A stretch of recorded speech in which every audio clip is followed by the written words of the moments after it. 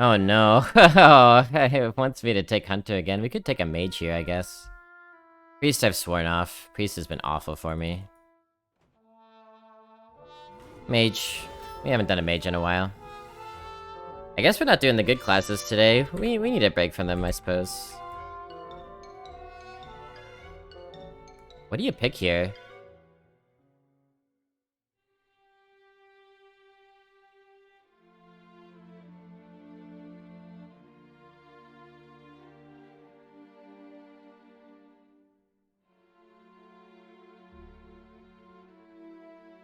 Snowman?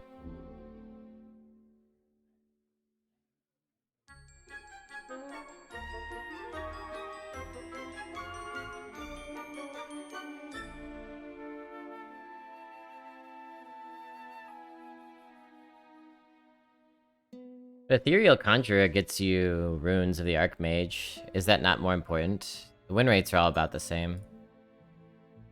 An unreasonable love for Fishy. I don't think I take Fishy here.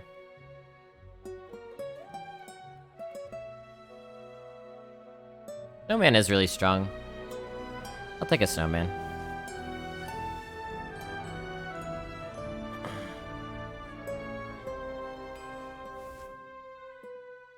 Oh my god. Make me choose? Is Ram Commander just better than Firebrand?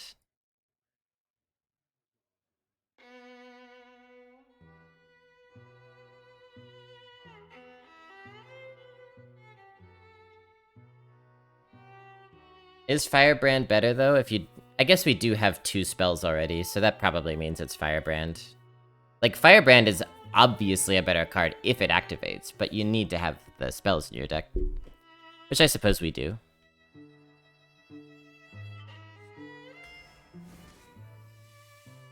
Yeah, you see Fishy a lot, I think, which is why I partially didn't want to take it earlier.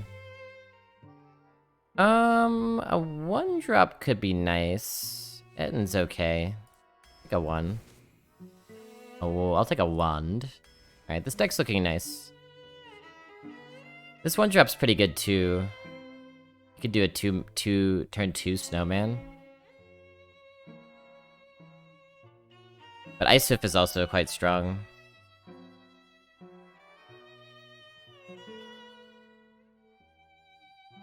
Babbling Duke. We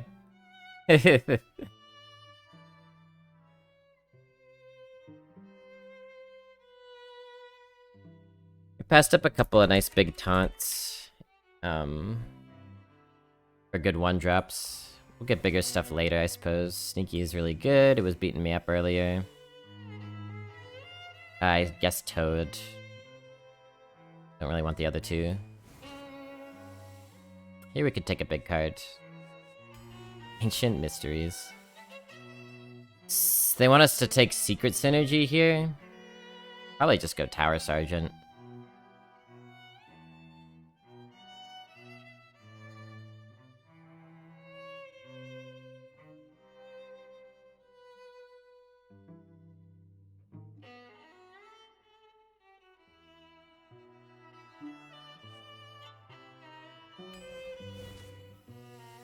I like Popsy. Got a Freeze Mage here. More spells. Wand Maker's quite nice. Can get you devolving. Fool's okay. I'll probably take another good 1-drop here.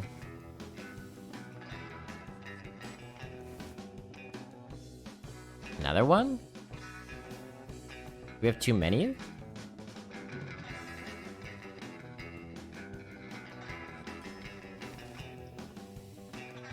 Here we take Shifting Scroll, because I don't want this trash. Okay, that's big. 1-drop into Trick Totem, sure.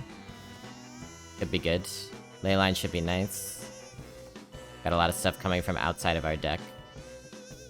Take a Worm. Razor Jaw's good. Arcane Intellect. We do have spell damage for the substitute, though. I wonder if you take Arcane here. Because we were drafting really light. We got some heavy stuff, too. If card doesn't have the potential to lose me the game. I don't want it.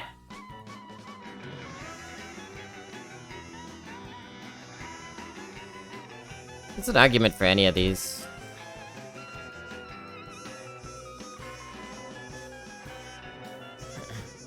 Tons of card generation. Yeah, let's look. Let's see. 2 books. A wand thief. A wand maker. A snowman. We do have a good amount of card generation. Siphon for your puzzle box.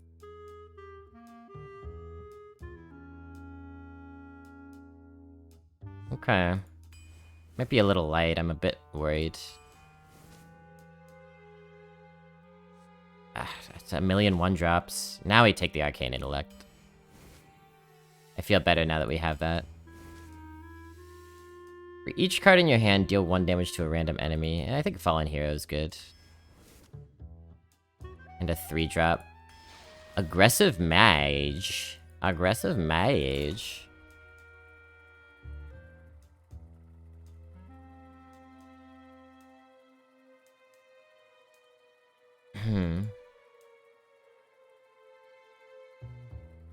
Y'all moderators want to update the today command?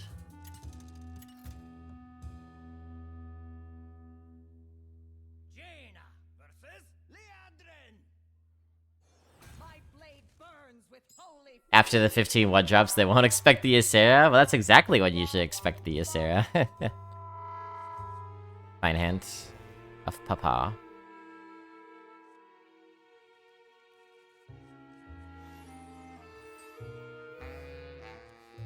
Thanks, y'all.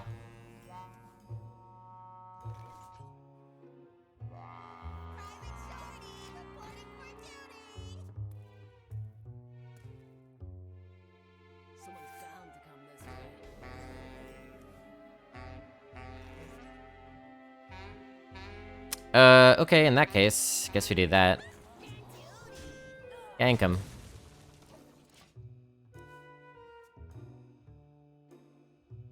This and this, maybe? This and this? Oh, yeah. Well...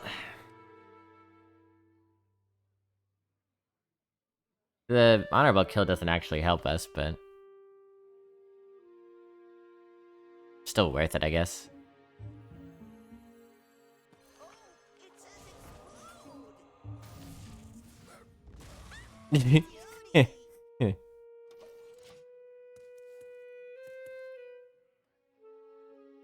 -1 mana coin.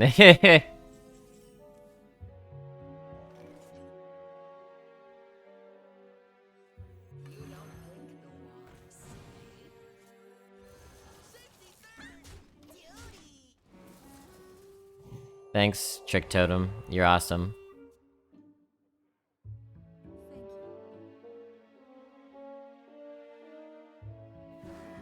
Does it work versus Frostbite? I don't actually know. That's hilarious, we just denied them the Wind Fury. See,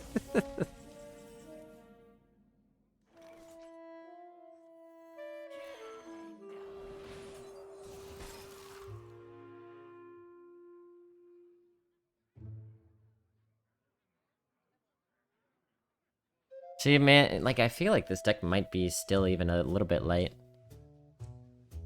Hopefully not. Do we trade? I don't think they have Consec. They definitely don't unless they top decked it.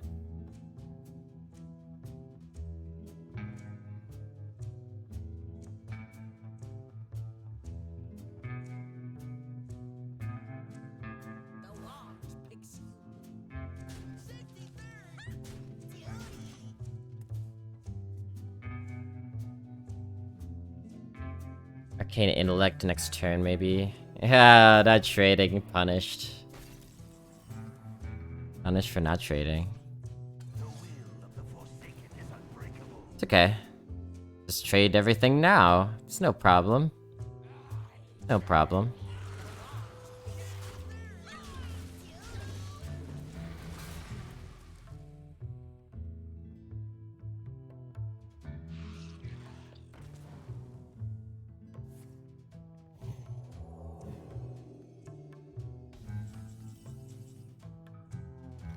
Okay.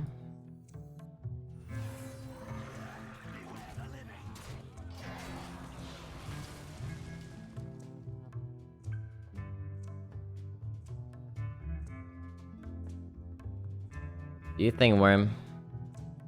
Do you worm thing?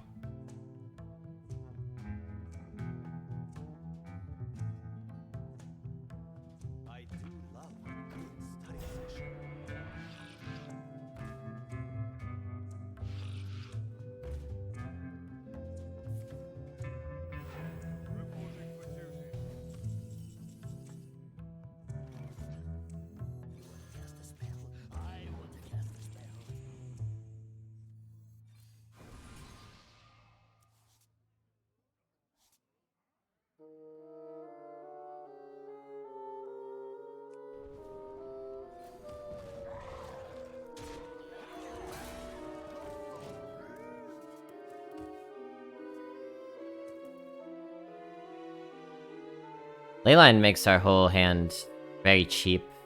Play a bunch of... Oh my... Okay... Okay... Guess we're trading everything in? Or what? Could hit him with the counter spell.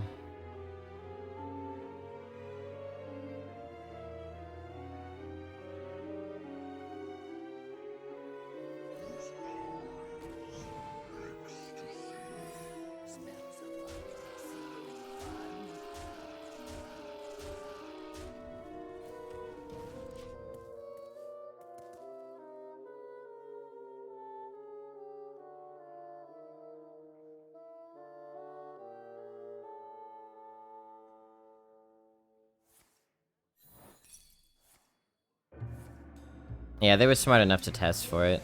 At least they wasted a dream. Now, if we draw Ysera immediately, maybe we have a chance. Legged? Okay.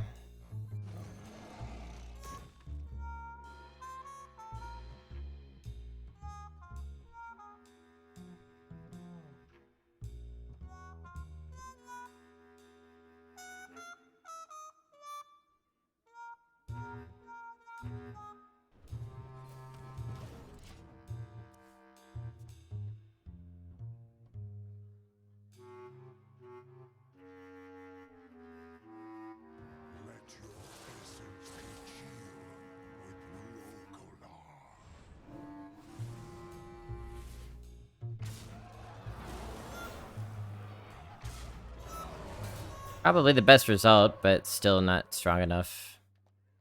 Badge.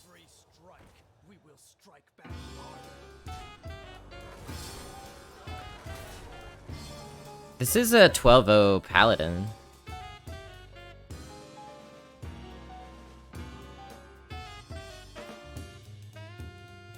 That's just a 12-0 paladin.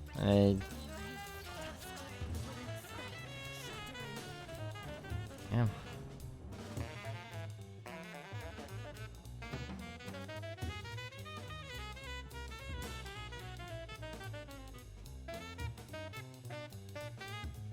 Early Pharaoh's Blessing, early Blessing of Authority into Ysera, into Lock-Holar.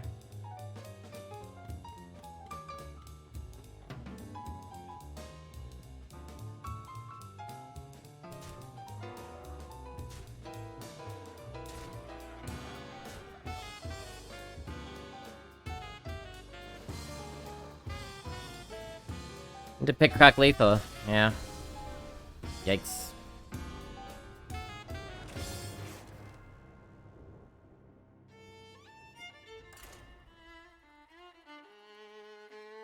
Yikes. Deck needs more Trick Totems. Trick Totem! Trick Totem. Trick Totem. I honestly didn't want to draft it. I don't like that card anymore. I think it's not really good right now. I've used it a fair bit recently, and it's actually not good. But it was the only pickable card in the bucket.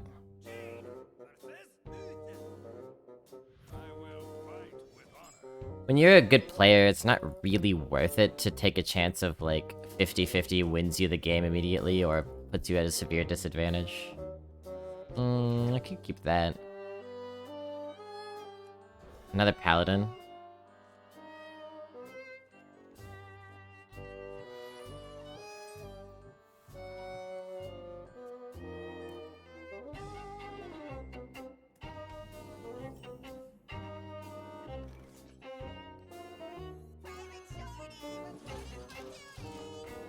Be aggressive here.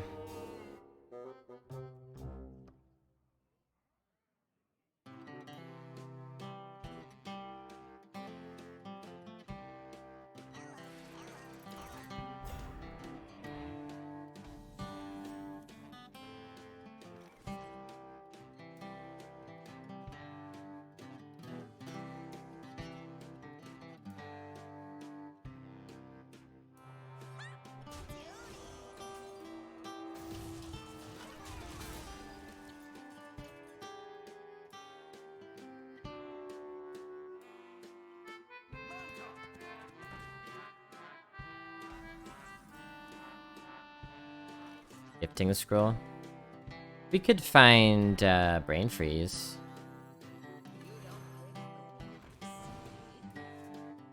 You do that. You get the honorable kills, so I think it's actually worth it.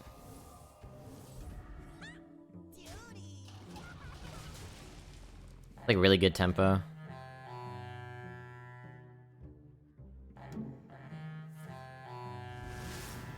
Rip tempo. A rip to the tempo.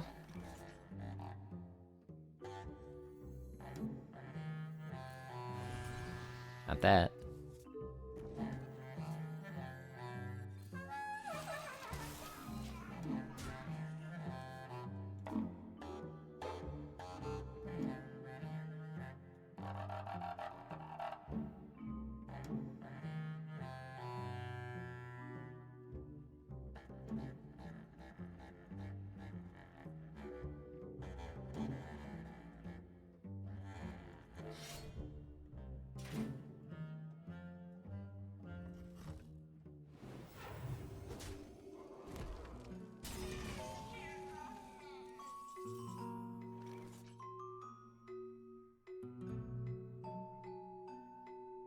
Huh.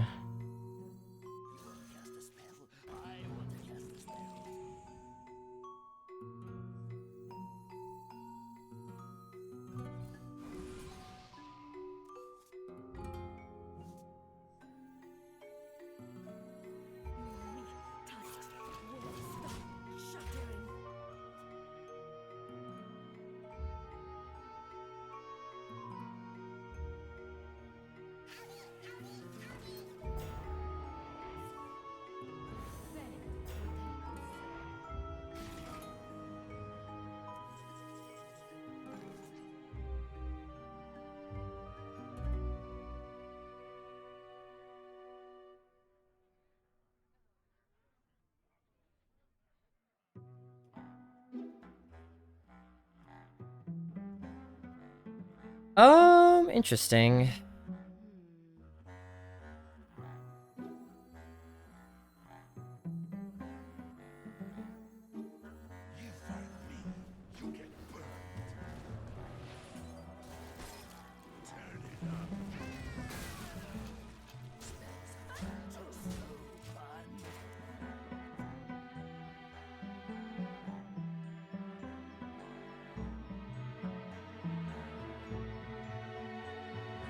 Pretty strong paladin deck for being 0-1.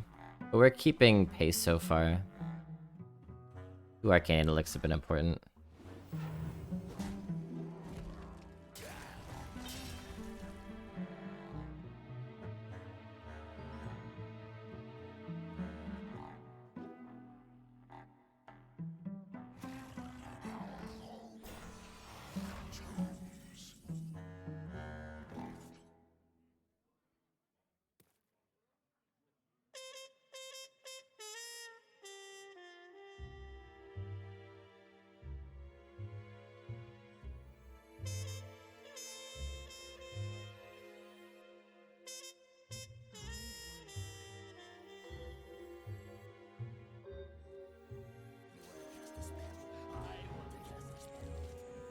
Yeah. LOL.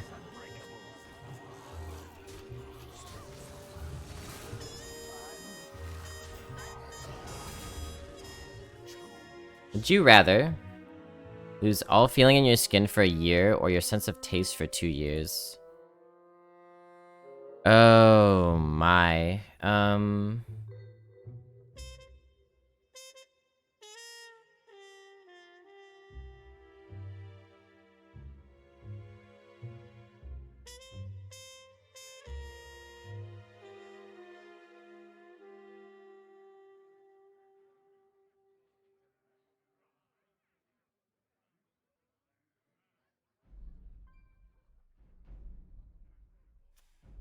With every strike, we will strike back harder.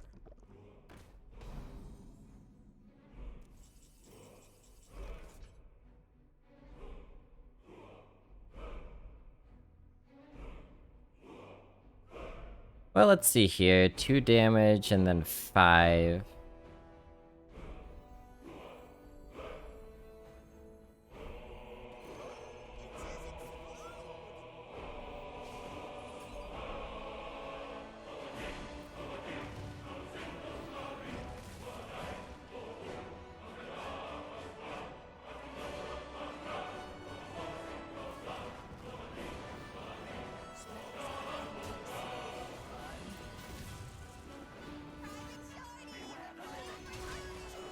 Something like that. Pretty nice shooting star. Probably worth taking. I don't know, that's a tough one. Because it's really dangerous to lose all the feeling in your skin. You could, like, hurt yourself, burn yourself. I feel like you'd get so depressed. I would rather lose my sense of taste for 2 years, I think. I don't need to... I don't need to taste. I don't need to taste.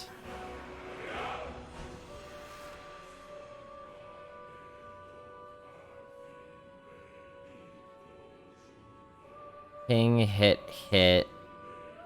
trade, phase? Or just full phase? Probably we want to kill that. I think I would lose my taste for 2 years. I'd just drink, like... you know what? Actually, maybe it would be good. I would actually eat healthy things for once. Because, like, what would be the difference to me? And I would be so healthy after 2 years. Would you rather sustain a very powerful long-term injury or have your favorite snack? Well, I suppose at the end of the day...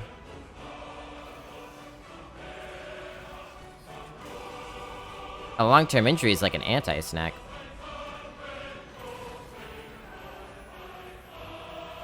I'll go with my favorite snack. Tough call, though. I'm glad we won that one and didn't go 0-2. It was a kind of a sketchy start, but we pulled ahead at the end. It's so funny we drafted Ysera and then ran into drafted Ysera on turn 9 in the first game.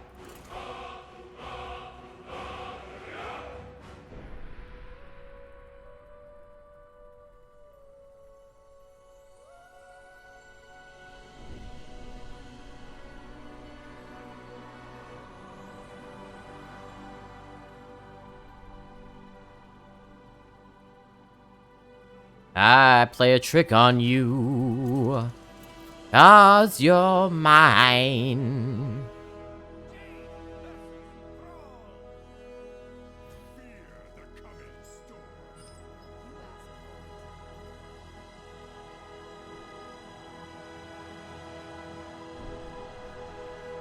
One, two, three? Yeah, we'll keep that. We'll keep that.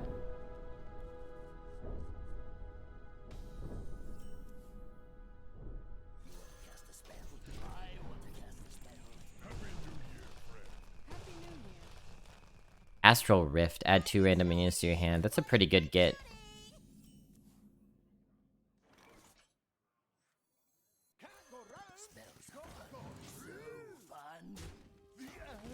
Pretty good get.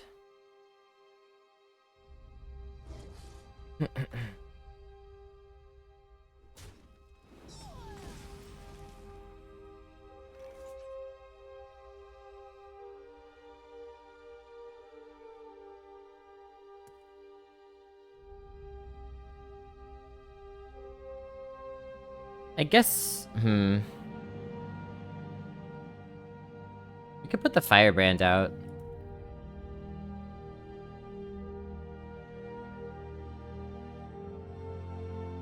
Also ping and ram. Not that important to get rid of the wolf. We save firebrand for turn 5, do it with the rift, guaranteed AoE. If they can't clear it, it's really strong here. Like a lightning bolt clears, a ram commander clears. Ishy flyer clears, okay. Okay.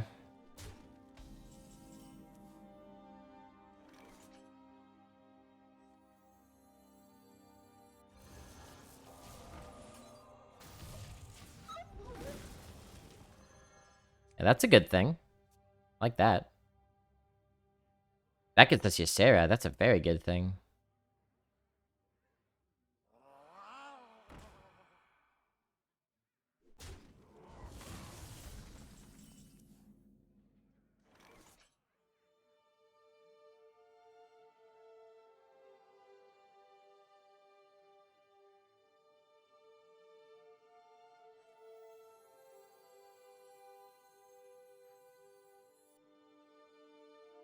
We play that Stinky Devil gets more expensive, right? So we're probably gonna want to do Babbling Book.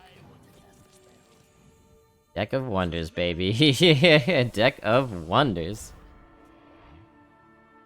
Spotify and the Joe Rogan inexperience. I'm sure most of you have heard about this by now, but... Who was it? Neil Young or someone? Pulled their music from Spotify because of Joe Rogan's podcast. He was, against the podcast continuing to be on Spotify because, you know, it includes disinformation about COVID. He brings people on the show who have misinformation about COVID. Joni Mitchell also pulled her music for the same reason, and then an artist whose name I'm not remembering, a black artist, pulled her music saying, actually, this isn't because of the COVID shit, it's because he's been repeatedly and systemically racist. And then it came out, it, like, became more widespread that he, like, there's, like, a supercut of him saying the N-word a bunch of times. And I saw a video of him talking with somebody about race science, and the person was like, well, actually, it's factually, genetically true that black people are more aggressive than white European people because white Europeans are more farmers and in Africa is more warlike, which is total bullshit, by the way. I mean, in case it wasn't obvious that it was total bullshit. Now, Joe Rogan pushed back lightly on that person, but giving that person a platform is a huge problem, because even if Joe Rogan's like, I don't know if that's true, still millions of people just heard that person say that thing with some sense of veracity about it in its presentation, and they're gonna internalize that, you know? Peaceful Europe, nary a conquest in their history. Yeah, right? And is there no farming in Africa? Like, what the hell are you even talking about? Crack the pages of any history book, please. That would have been nice if it went there. Are we Deck of Wonders gamers? No, I'll play that instead.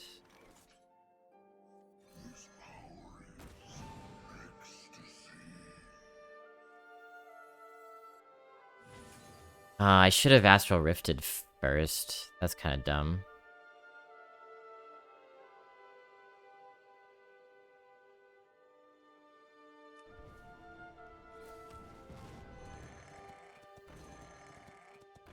That's so, actually, I could have done this turn a lot better in multiple ways.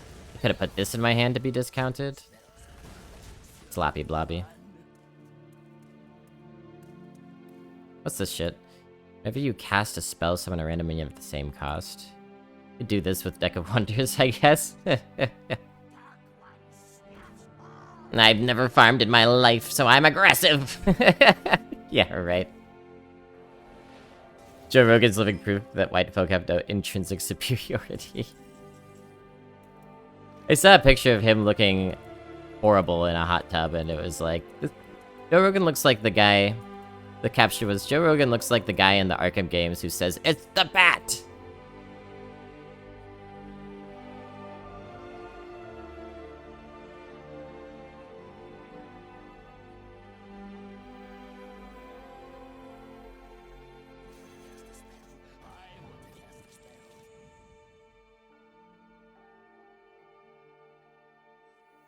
Yeah, it's a fine combustion. We'll do it.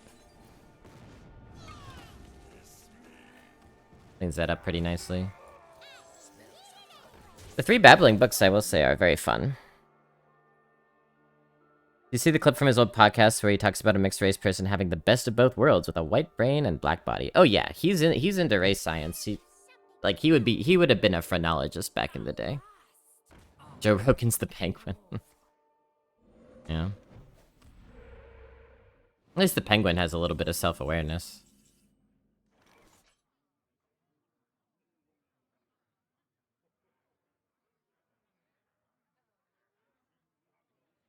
We don't have to use Sarah yet. I think we, Proto and Wand Thief.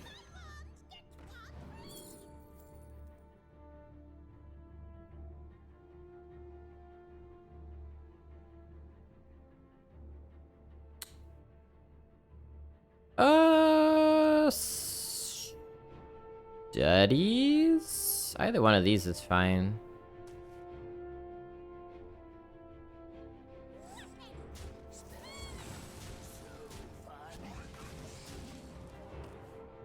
It's all just dog whistles and skirting the line as much as possible. Vile shit. Yeah, so what Joe Rogan does is... And so, by dog whistles, Batplug is referring to this idea of saying something racist, white supremacist, misogynist, whatever, but not exactly saying it. You're saying something just to the side that seems more cloaked in fairness or knowledge or science. But you're really just signaling to the people who know what that means that you're with them. And what Joe Rogan does is he brings these people on his show and provides a platform for them, and he'll like bring on anybody, and what he says is like, oh, I like to hear all perspectives. But when you're not curating your platform, it's not actually a neutral position. You're actually actively giving the platform to all sorts of like radical Nazi shitheads, right? And that's not really something you want to be doing. I hope. I would hope. And so he says, you know, oh, well, you know, why don't we, is that true? Why don't we pull up that research? You could do your own research. We could Google that, but, yeah, that's fair. But he's getting the idea out there, and he's pretending like he's giving maybe token resistance to it sometimes, but... Yeah. Oh, good. Some more fun communication?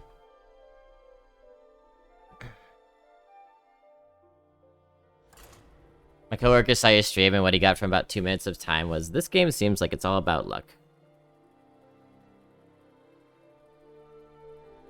Well, that's a stupid observation. But at least he said seems. What he's really saying is, I don't understand what's happening, so...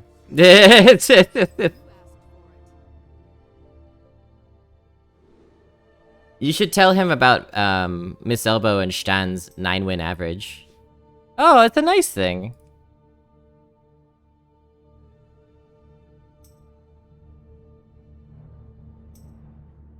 That's nice.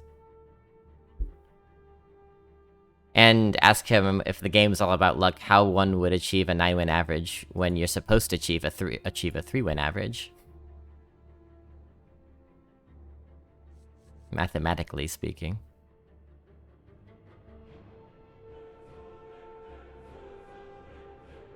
This is a fine hand to keep, I guess. Life and mana kills that horrible 2-2 that we might see. He just listens to all sides and tries to find his own position. Yeah, be very cautious and careful about people who present themselves as the neutral position or the objective position. Because really, they're just trying to hide their ideology from you, rather than be straightforward and honest about it.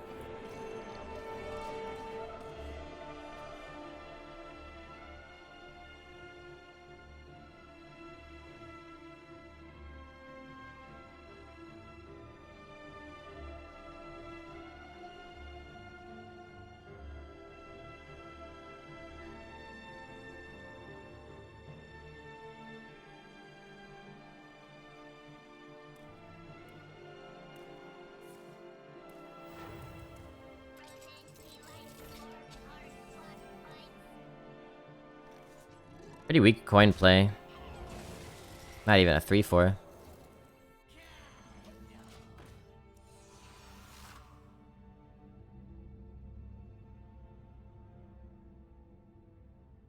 Candle.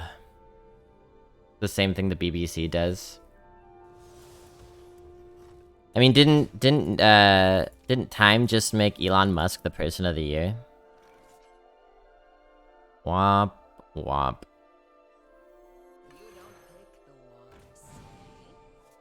Oh, but he was so impactful. You can't argue that he wasn't impactful.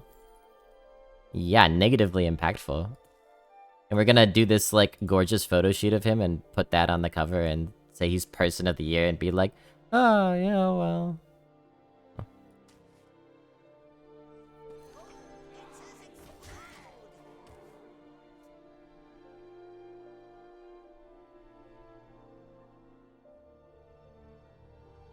I kinda agree on the platforming argument, but if I'm not wrong, Joe supports Bernie.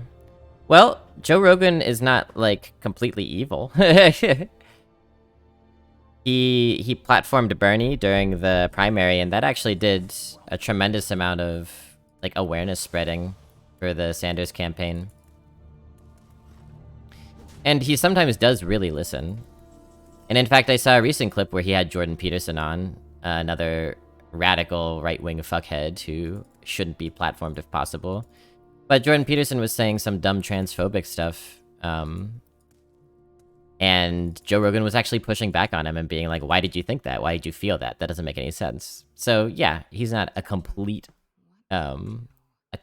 evil person every moment of the day, but doing, you know, good things for the discourse sometimes doesn't make it okay or eradicate the fact that you're doing horrible things other times.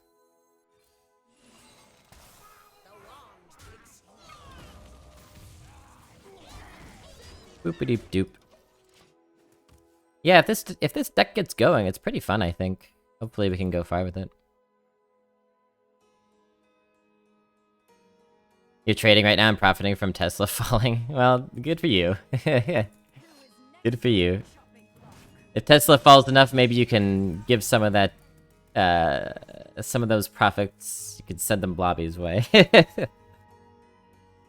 No Brute. Brain Freeze.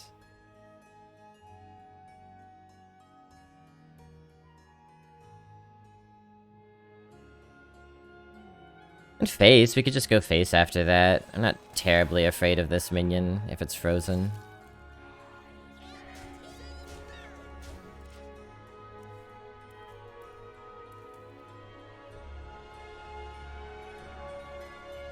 Wasn't Rogan one of the ones rallying on about trans people in sports like it was a significant issue? Well, he could be transphobic in the realm of sports discourse, and then, you know, less transphobic than Jordan Peterson in a more obvious, you know, conversation about trans politics. Right? Like, we contain multitudes and all that.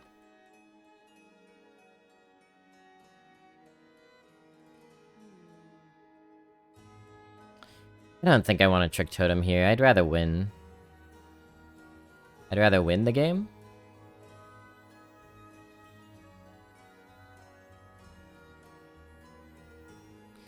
E6, 7, 1, 2.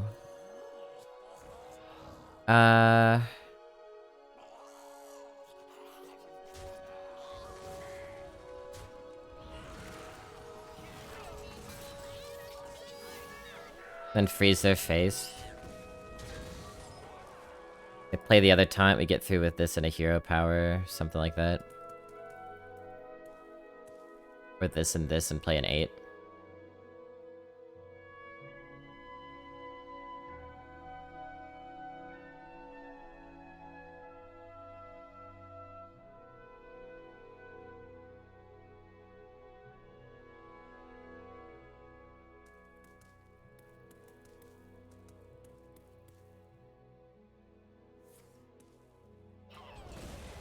Huh.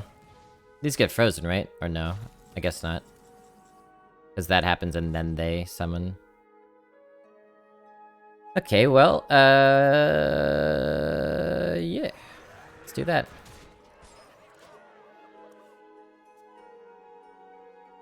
Like Joe Rogan has put out a million podcasts, and they're all really long, and it would be surprising if he was only saying shitty things all the time. I mean, he's not Ben Shapiro.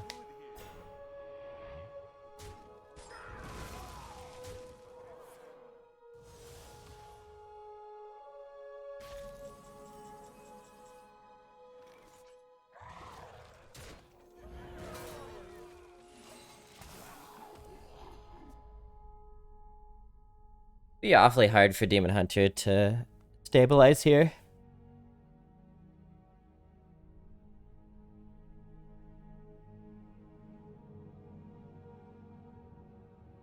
But yeah, the whole trans people in professional sports issue is another huge dog whistle of transphobia. If you're against trans men being in men's sports or trans women being in women's sports, then you are taking the position of transphobia. No quibbles about it. No dibbles about it either. It's a way for you to erase trans people without seeming like you're actively doing that. You're appealing to, oh, fairness, but fairness. But fairness. Fairness for whom? Fairness specifically for cis people. Damn, dude, let me win. Let me win. We win.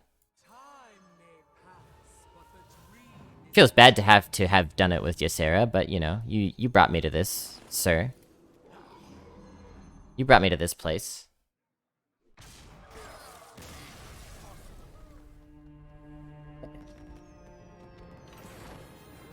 Dum dum dum dum.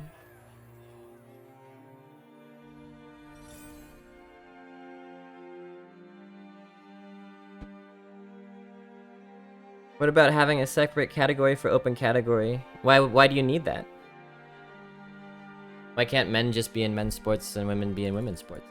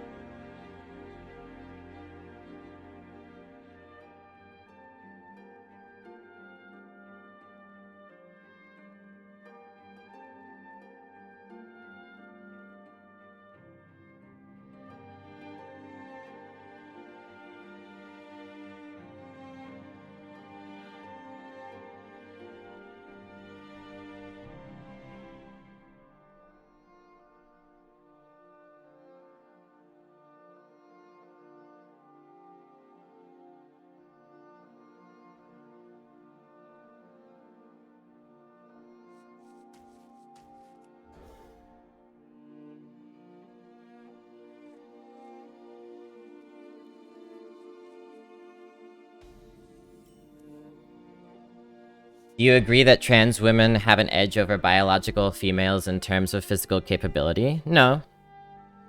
But even if I did agree, why would it matter?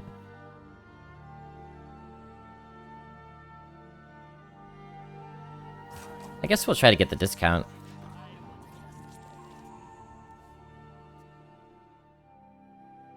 It's not fair when people with 10 times testosterone levels switch and deny wins for someone who trained their whole life. So you're saying trans women aren't women? That's transphobic. Why should women not be able to participate in women's sports?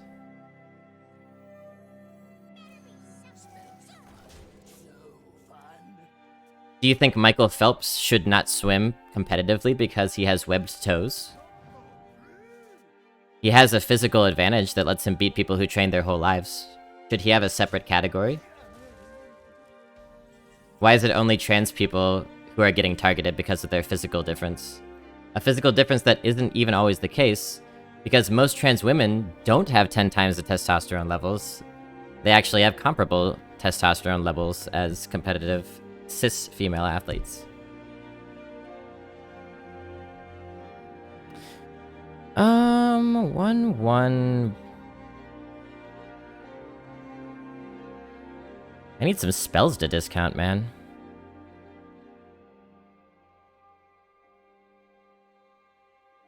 Maybe I'll just do this and kind of sit, see what they do.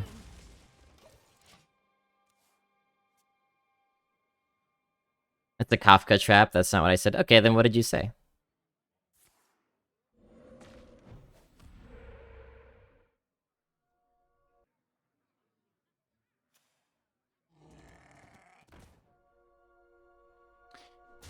What about a cis woman athlete who has higher testosterone levels than another cis woman athlete? Nobody's arguing for those people to be in different categories. Why?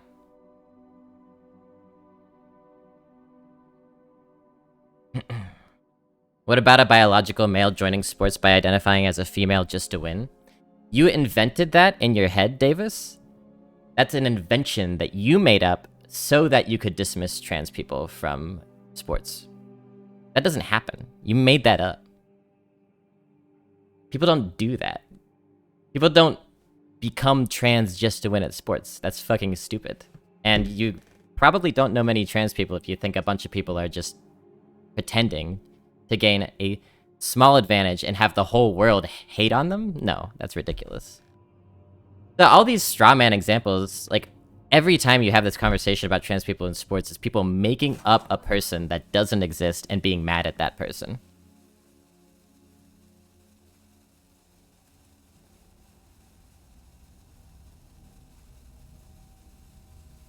I'll just do this, I guess.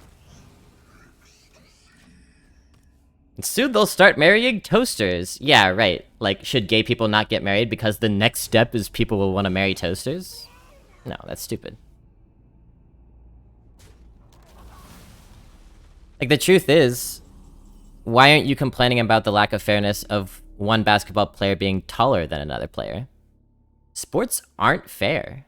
Sports are by their nature not fair. Sports are interesting because every different player has a different physical capacity. That's why we watch sports. I know a perverts who identify as a female just to enter female toilets, though. Oh, you've been watching Fox News? That's where you heard about this shit? No.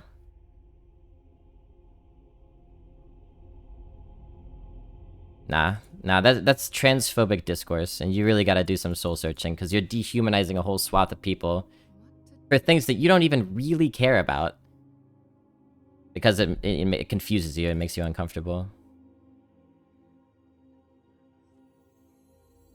I don't know, we could play Tower Sergeant, but it won't be active.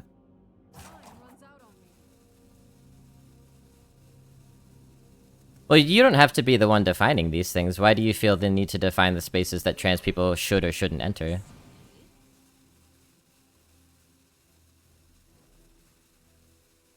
I guess we could do this.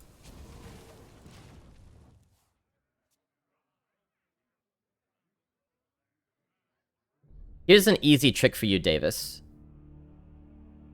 When you're thinking about this issue, this is a really easy trick. Whether it's a sporting competition or a bathroom, if it's a place where women are supposed to be, then trans women belong there. If it's a sporting event or a bathroom or whatever, if it's a place where men are supposed to be, then trans men belong there. Really easy. Really easy.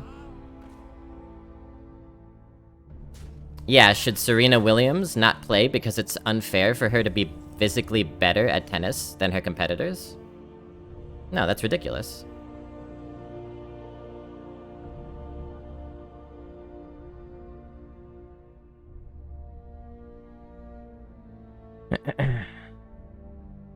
What about a male identifying as a female, not really in terms of trans?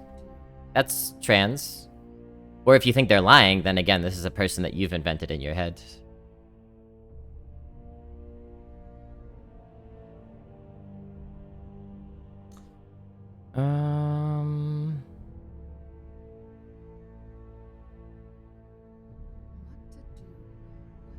That taunt is really annoying.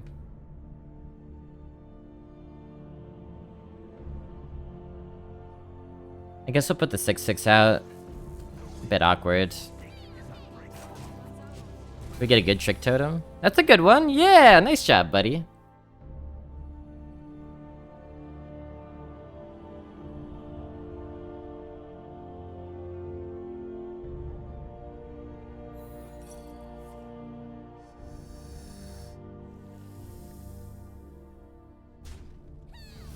So any predators can identify as female and enter a female-only area. Like they just said to you, predators don't need to identify as female to do that.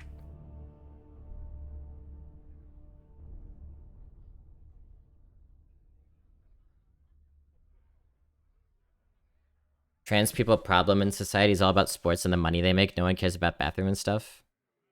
Not really sure what you're talking about, but I don't think so. A lot of people still care about the bathrooms. And the bathrooms, just like the sporting events, are dog whistles for transphobia.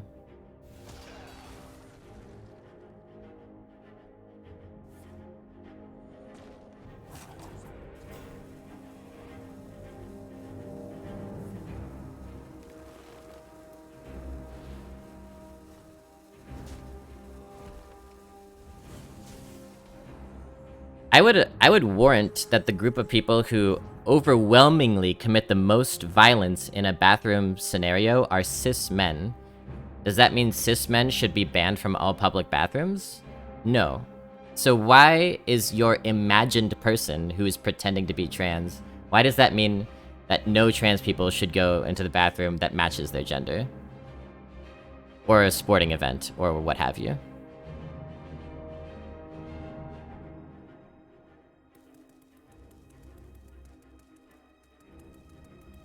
The truth is, you're not even thinking about the trans people's well-being in this conversation, which is telling that you're so much more worried about the safety of cis people from an imagined trans predator than you are about the safety of trans people who are, again, overwhelmingly the ones who are targeted and victimized in these situations. It's really cis people we need to be worried about, not trans people. We don't have any good plays here. Cis people are really the threat to each other, and especially to trans people. Does that mean cis people should be locked down and not be able to go into sporting events or bathrooms? No, that would be ridiculous. And so if you take a step back and look at it that way, you realize that you have been thinking of trans people as subhuman by deliberating this way. And that's fucked up. I really do support actual trans people, and I have plenty of close friends who are trans, but I'm hating on those fake trans just to do something bad. Yeah, you've made those people up, and what you're repeating is transphobic rhetoric, so even though you do have trans friends, you're still being transphobic right now. And we're just trying to explain, as best we can, why that logic is a transphobic logic, so that you can carry that, you know, into the future and be more careful about, like, how you think about people who are different than you. Well, I guess we could go face with this too.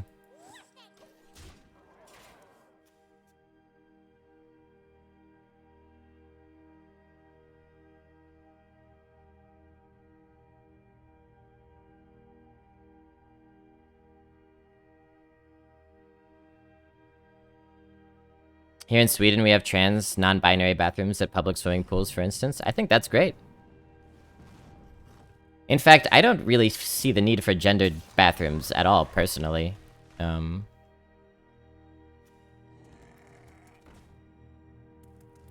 We don't have gendered bathrooms at home.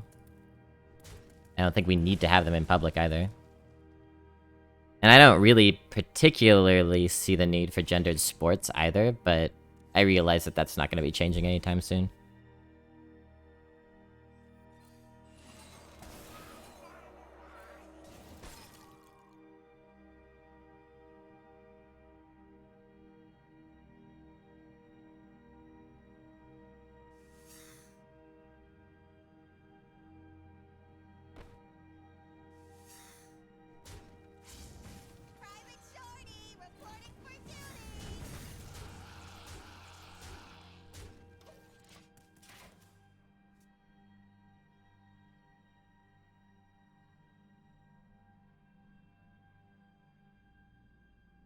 So being trans in sports doesn't really give you a competitive advantage. People are saying it does, but it doesn't. Even if it did, why are you fixating on that competitive advantage over other ones? Nobody's answered that question satisfactorily. Why aren't you worried about people who are taller? Why aren't you worried about people who are born stronger? People who are naturally born with more testosterone? Why aren't they being excluded? I would love to hear an answer to that question. I would also love to hear an answer to the question of why are you only worried about the safety of cis people in bathrooms and not worried about the safety of trans people? Because if you don't let trans people use the bathroom that matches their gender, they are potentially going to be in an uncomfortable situation where they could be victimized, right?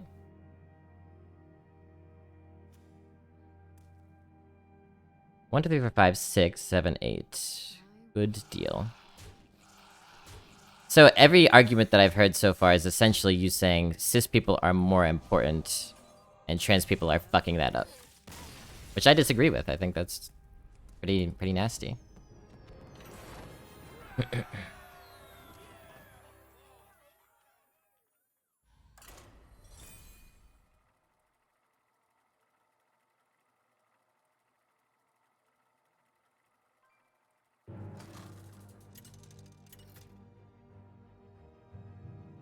You know, so much of bigotry initially comes out of the space of fantasizing about the other.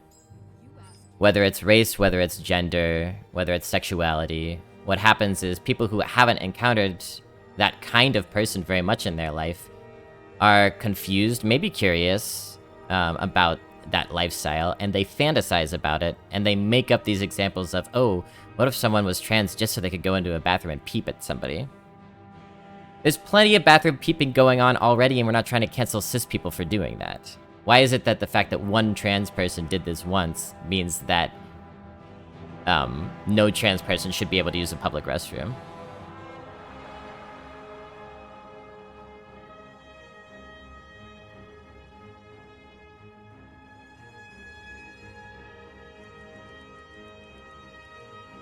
I guess we could keep shifting scroll. Sure. It just really sucks to draw shifting scroll because it's a dead draw when you draw it, so maybe we'll keep it in our opening hand here.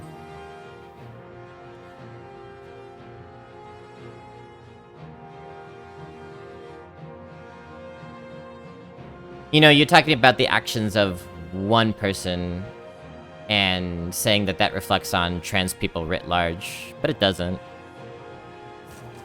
You know, you know that it's wrong to hear a story about a black person who has robbed a corner store and say black people are robbers. You know that's wrong. So you can extrapolate from there and understand why it's wrong for trans people as well.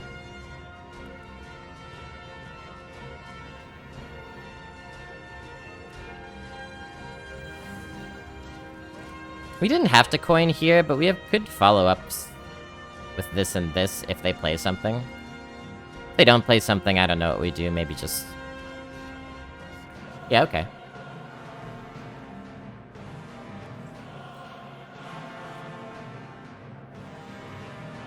That would have been okay if we still had the coin, but... Let's take care of that. Sure, B. No problem. No problem.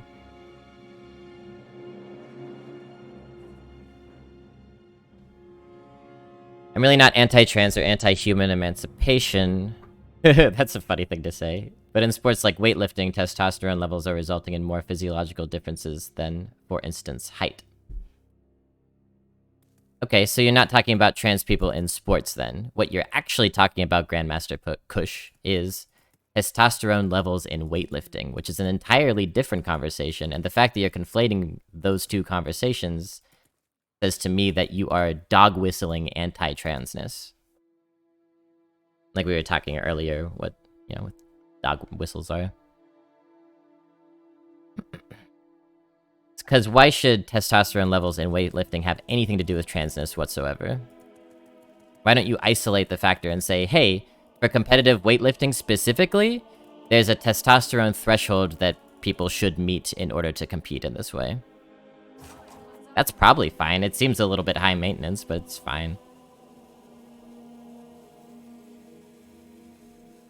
We just play 3 1-1s? I don't think so. No, we want to keep those, make them 0 with that. We'll just do this. It's kind of a weak play, but we don't have anything else right now.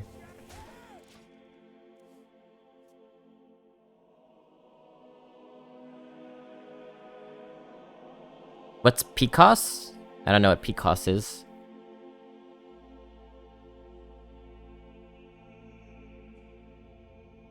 Yeah, and like I said, Kush, again, it doesn't have anything to do with transness, because if you're gonna put a testosterone level cap on weightlifting, for some reason, then that has to affect everyone, right? Like I said, some people are born intersex, some people are born biologically female, but with very high testosterone levels.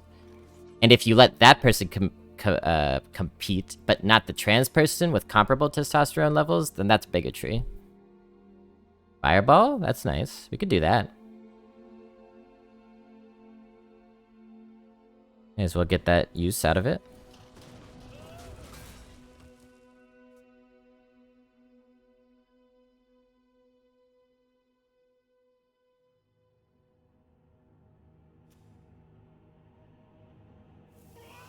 Polycystic ovary syndrome. Yeah, I didn't know about this.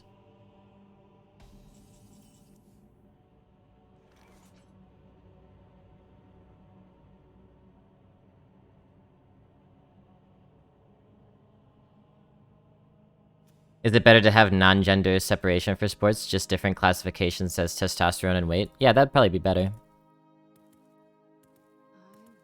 It's actually isolating the factors that people are pretending to care about.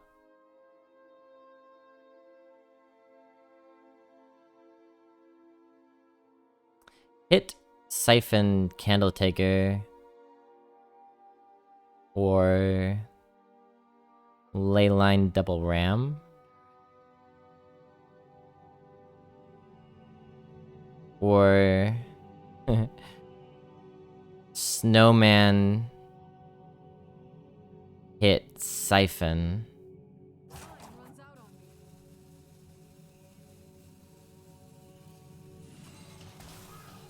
So that way the big snowman gets cheaper. And then we can cheapen it even more with this. Sure.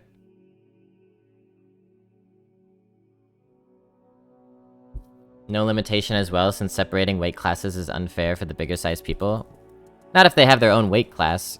Because what you're saying, if you're saying trans women shouldn't participate in women's sports, you're saying they shouldn't participate in sports, because they're gonna have nowhere to go. You're ostracizing them. If you're saying we're gonna have 10 different weight classes, well, that's fine. Everyone just goes to their own weight class. No problem.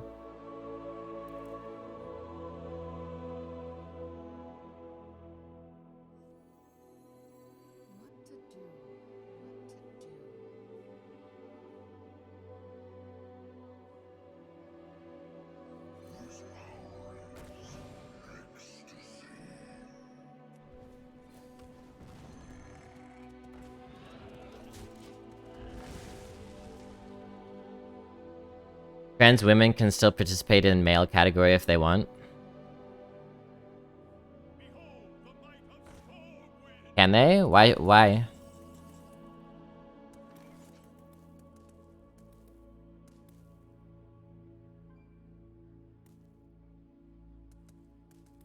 I'm not sure what that example is about.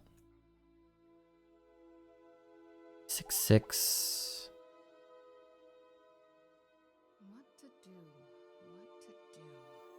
Yeah, I'm definitely happy to have the conversation, Davis.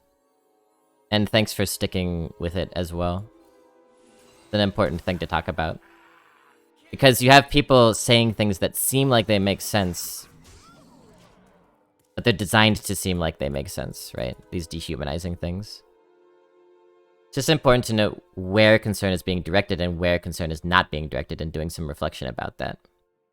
Yeah, the people who are worried about the trans people who are peeping in the bathroom are never worried when they hear that another trans person has been murdered because of bigotry, or that another trans person has been, like, raped or sexually assaulted in a bathroom. They're never as worried about that, and that's, I think, extremely telling to where, you know, your priorities are. General you, I mean, not specific.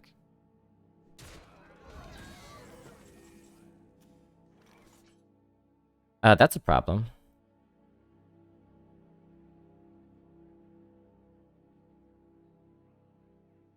Guess we leave that up for now. Fade into the Stormwind.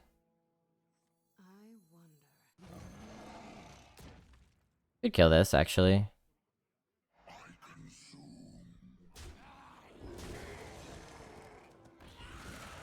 And then hope they don't put a taunt up and we can just take care of the Stormwind.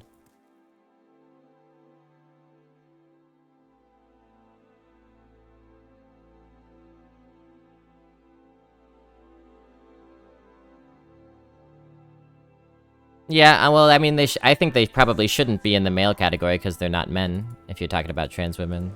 That doesn't make any sense to me. Oh, no. Oh, that's bad news. Huh.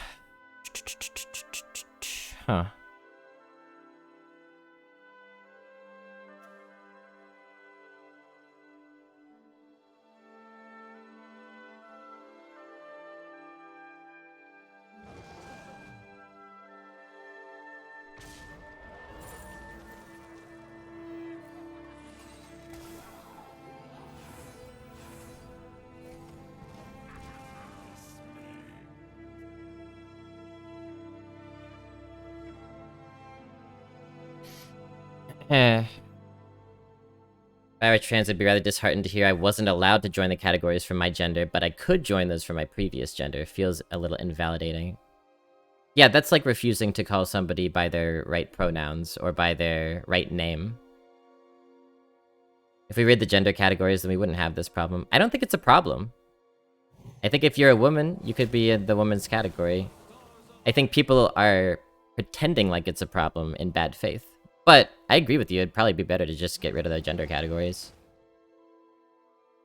I think even framing it as a problem is, like, giving the opposition too much ground, you know? Get rid of gender altogether? That's a matter of some really interesting philosophical debate, whether we are moving towards an agendered world or not. Whether we're just moving towards a more progressive orientation towards gender. A lot of really interesting debate about that.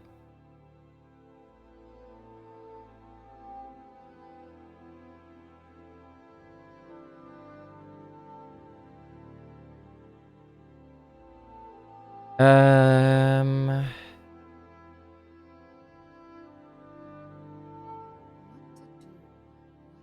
don't know. I don't know what to do.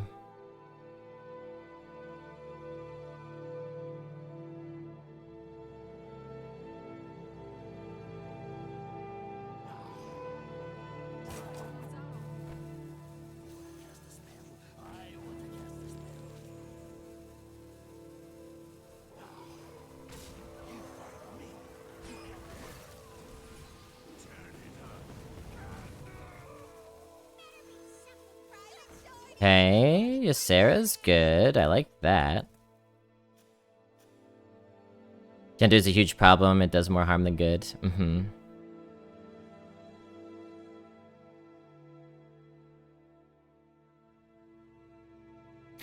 Yeah, I guess the root question, one that we don't really have the tools to answer right now, is gender a fundamental component of human experience, and do we just need to do it better? Or is gender not a fundamental part of human experience and we need to work towards being rid of it? And I actually really don't know the answer to that. And I don't know that any of us know at this point.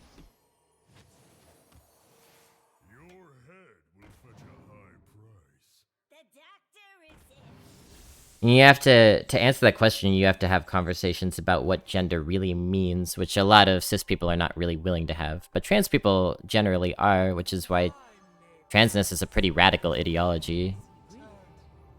Yeah, brilliant. So we dream that. 9, 12, 13, 16, 17. Not anywhere close to lethal. Goodbye to you. How about we take one of these?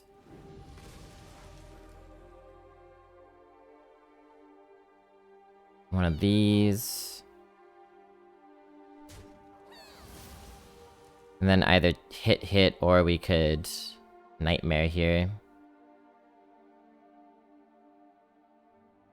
I wonder if we want to save nightmare or just go ahead and use it. Let's save it. Might need it next turn to clear Proto Drake stuff.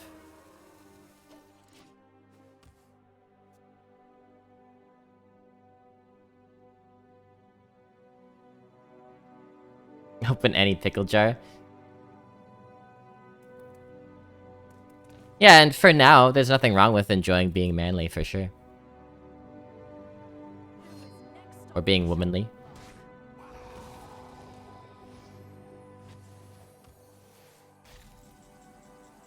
Imagine manly as just an adjective and not a bit on someone's life, though. Where's 710?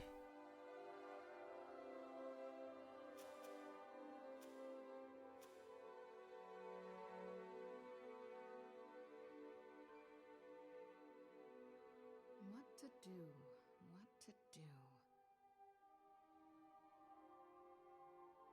Wake up!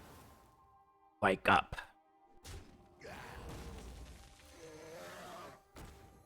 You don't pick the wands, eh? Is there trouble? Every night I think we're good, even if they stop lethal somehow. We got this for Proto Drake. Yeah. Let's check. 7, 9, 13, 16, 19, 22. Yep. The wand is finished. You win.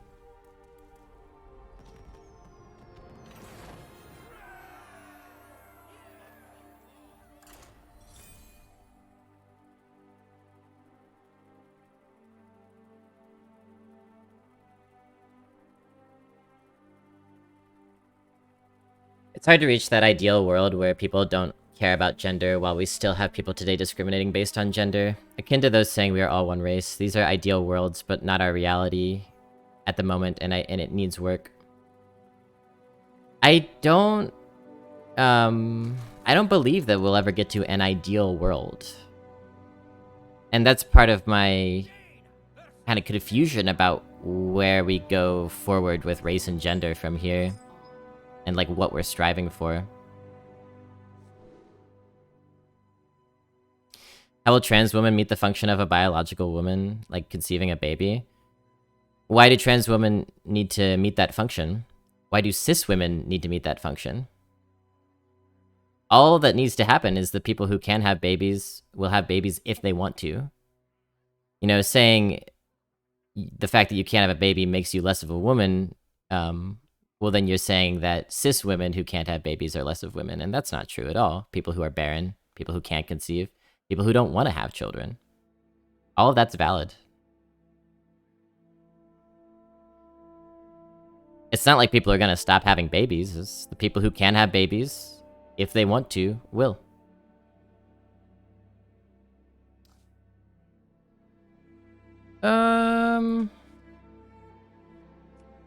I guess we'll throw one of the 1-drops, since we're not on coin. You know, that to me is another issue that doesn't really have anything to do with transness.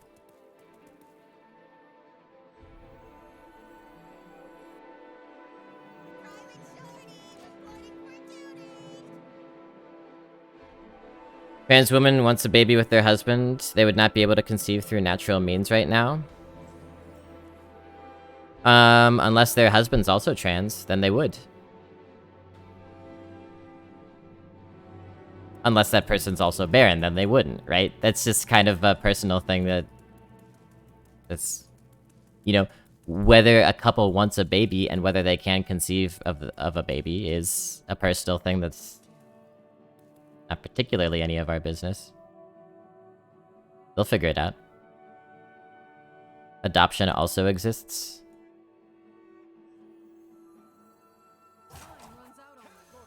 You know, I think the implication of what you're asking is that people who can't, you know, women who can't have babies are maybe less of a good wife, and I think a lot of people who were born women but can't have children would resent that. Mind if I roll need?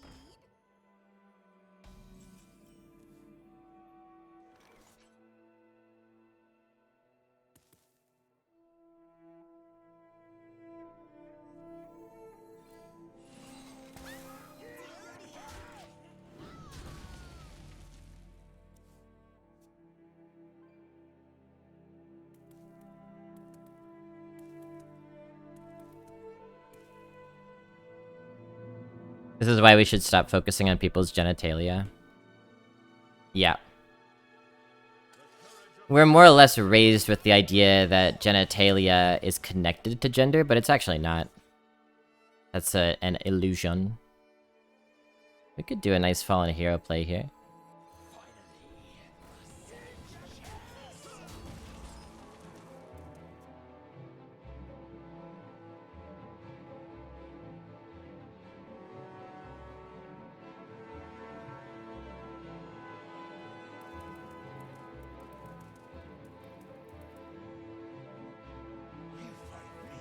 I ain't giving you kids with my they-them pussy. That's okay, I don't want any kids in there. I don't want any kids in there. Because if there's kids in there, that means that eventually a kid's gotta be out here, and I don't want that for them.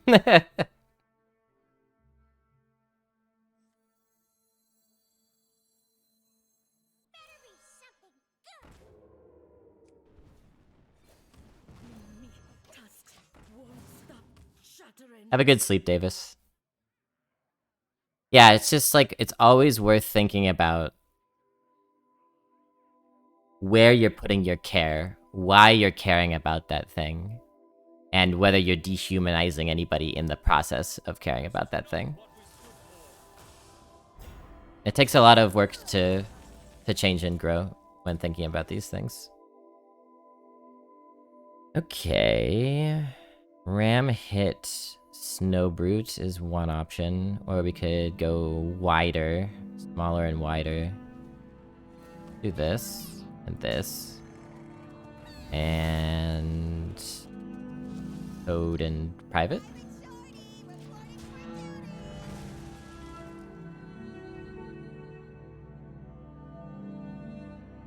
Hey, good morning, World Cry. Good morning, good morning.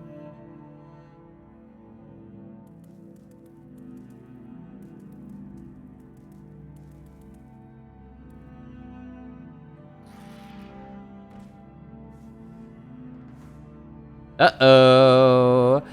Uh-oh. It's gonna be Rune of the Archmage versus Ysera today. Where baby's gotta live in this world? Oh no.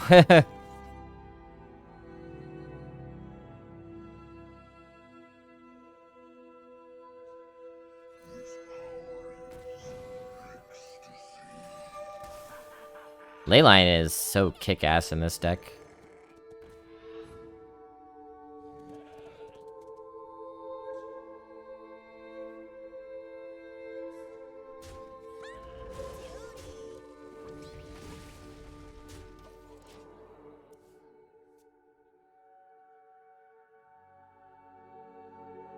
That was a masterclass in meeting and opposing dangerous ideas versus Joe Rogan platforming them and offering little real resistance. Yeah, Joe Rogan's the master of, I'll have to check that out later. That's his favorite move.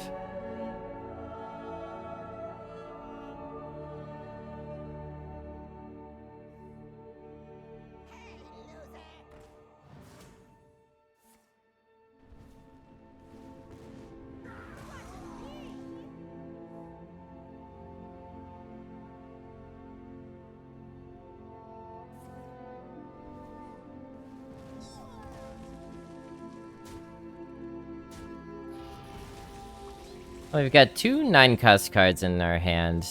Not a really good thing for this particular turn.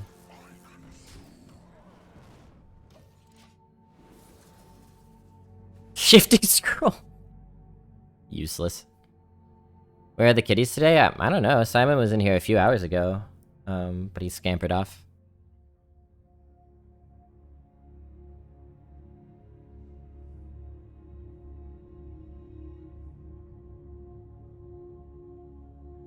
We got one more turn until Rune. Till it runes our day. Probably Ysera over Snoger.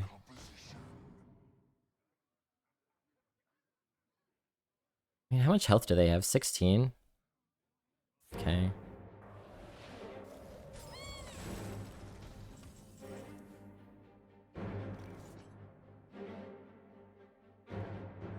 Alright, I think we're gonna Nightmare this. It's actually kind of good because it survives and gets a spell off before it dies next turn. Get to clear that. Incentivizes them to Rune of the Archmage, and we don't really have anything that we care that much about losing.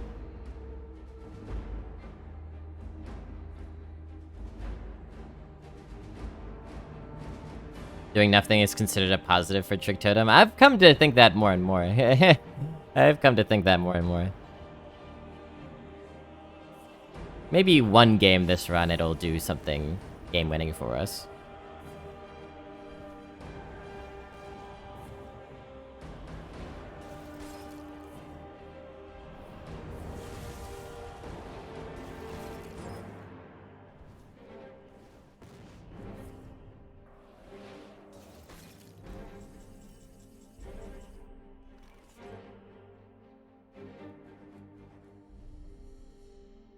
Did we see what that secret is?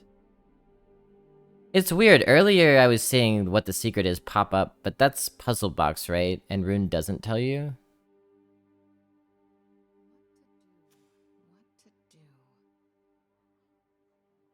I guess we could play this. The Trick Totem, a totem that's scandalous? Kind of, yeah. At the end of your turn, cast a random spell that costs 3 or less. So you put it out on the board, and at the end of your turn, it does something. You never know what it's gonna be. It could hurt you, it could help you.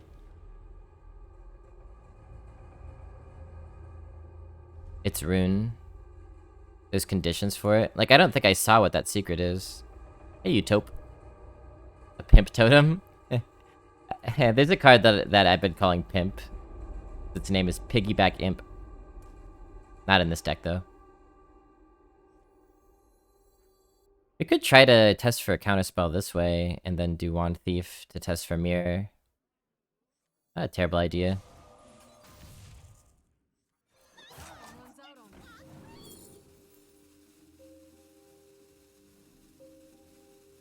Maybe a Torch here. Runes.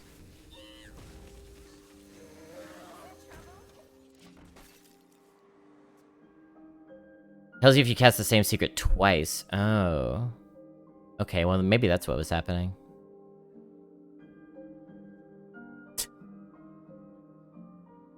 Are you up to date on Attack on Titan? I'm not gonna lie to you, Utoponomicon. I tried to watch the new episode last night, and I couldn't stay awake for it. I watched like 5 minutes of it, and I was like, I gotta go to sleep. But other than that last episode, I'm up to date. You could dream that. 4-7. Are we close to winning? 4, 7, 8, 11, 12. We're close.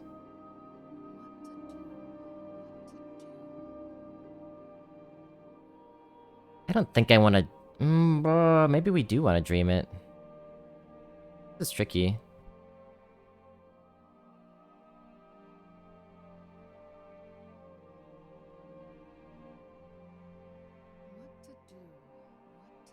All right, I think I do want to dream it if we're gonna do this, because I'm not gonna double trade. That's ridiculous. Now they can taunt us out, unfortunately.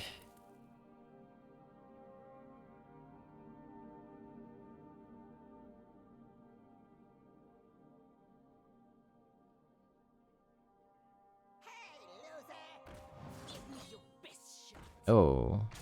Ouch. We win? Oh yeah. I'm game.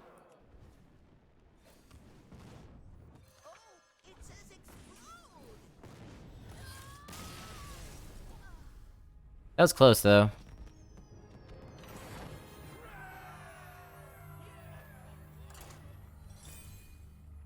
Deck's kind of cool. Yeah, I like it. I like the way it moves. It's slippery.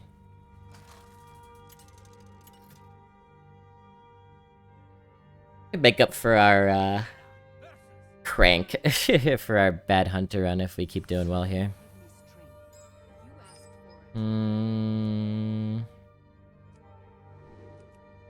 Why does my deck tracker not show up?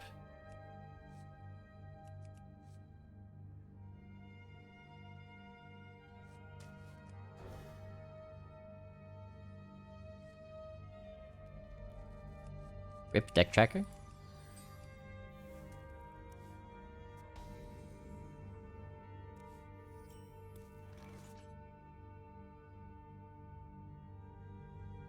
Oh god.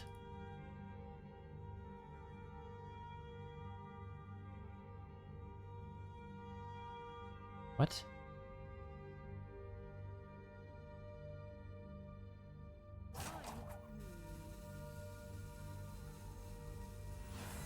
Get a fallen hero out there while I troubleshoot this.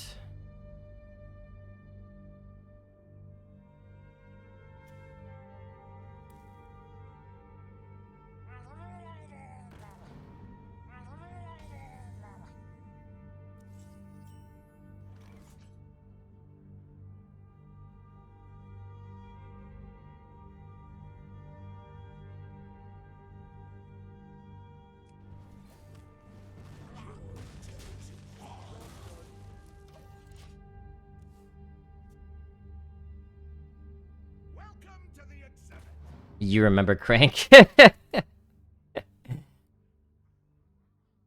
It's a high-octane film. Titan's being attacked upon again. Not again.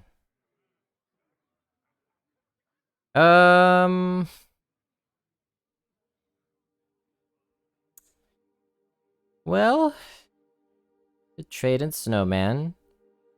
You could ping.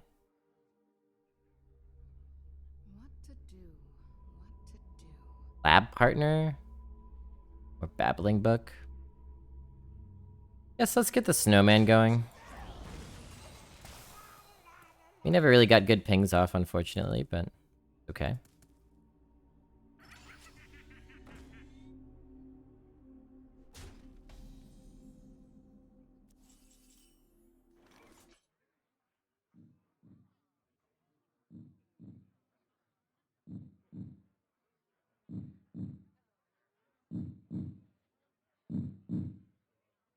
We actually could devolving that. To keep them from getting a random legendary. It's kind of legit.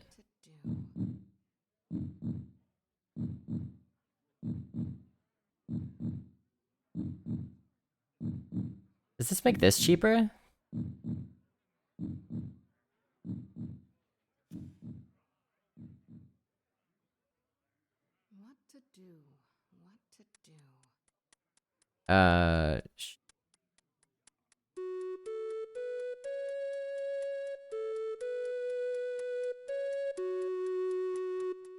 It does get reduced, it says. Well, let's see. Yep. Nice.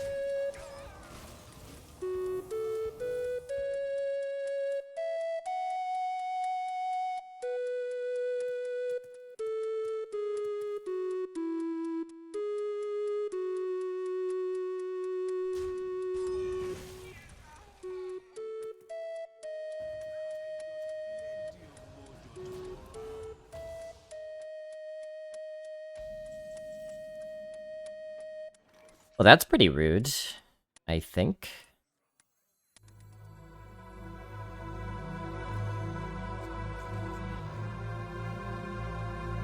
Maybe we want to discount this.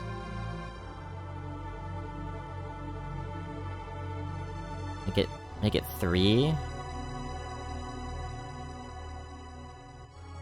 Sure.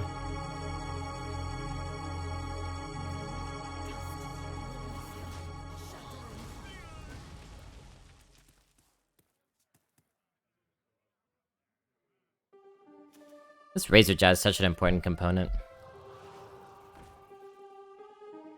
Ouch.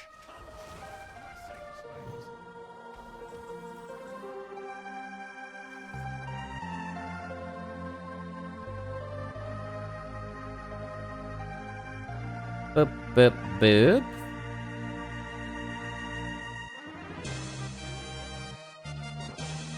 Just not care about value trades?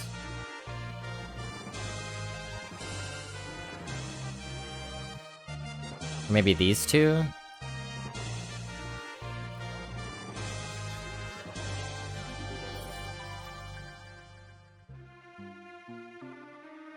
Hey, SCJ.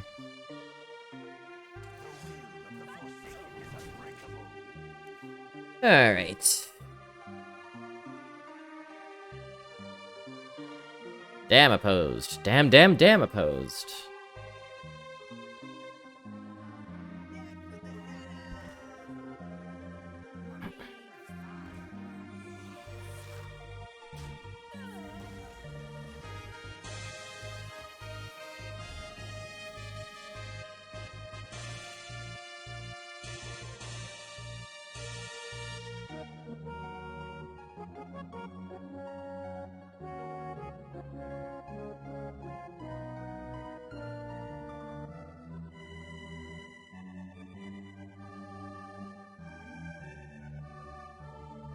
Seems like they're running out of stuff. I could just flame strike them.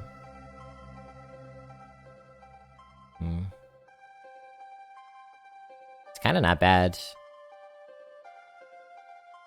Going to see the 355 tonight. Have you seen the previous 354? Because otherwise you might have some catching up to do.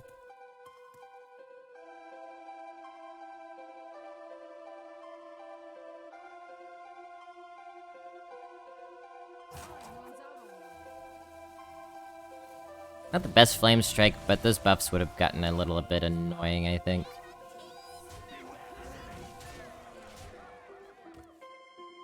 Going in blind? No, no cat in here. Sorry, no cat content for now. Cat tent.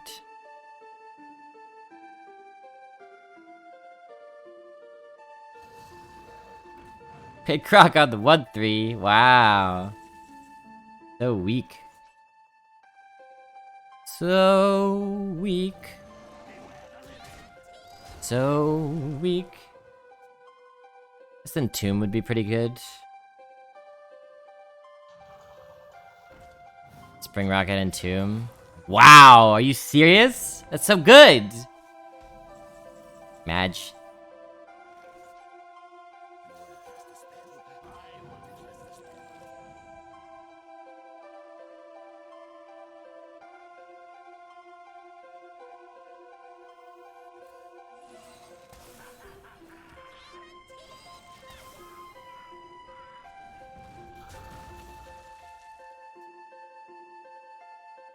Rude opponent. I don't know what 355 is. Is that like a band? Is that a highway? Deliverance.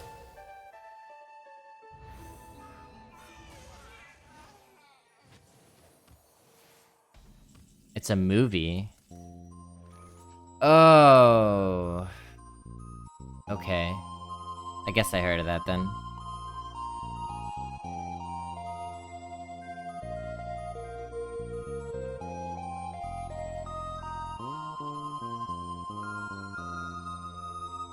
Wait a minute.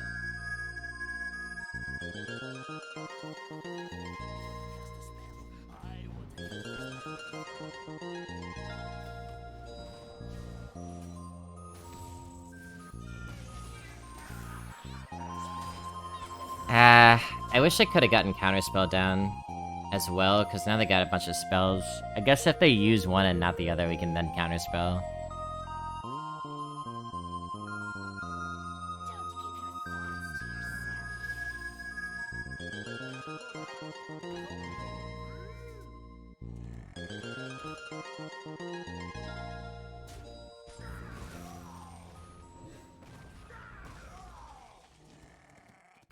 Okay, so they do have one spell left.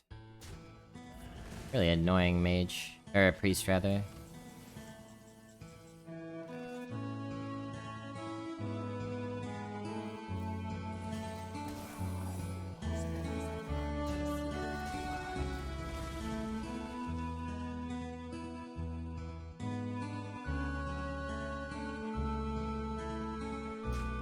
The shadow spell? Is it like, Psychic Scream? Oh, what was the holy spell? Oh, because they used Shadow Word Death, right? Right. Well, I don't think I want to do that because I don't want to overcommit.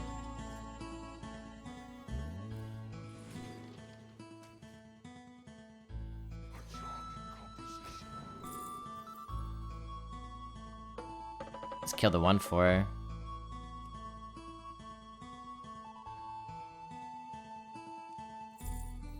We're devolving.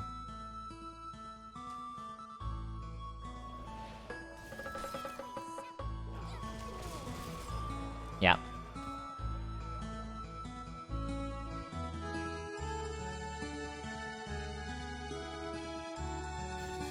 Doing a pretty good job of running our opponents out of stuff.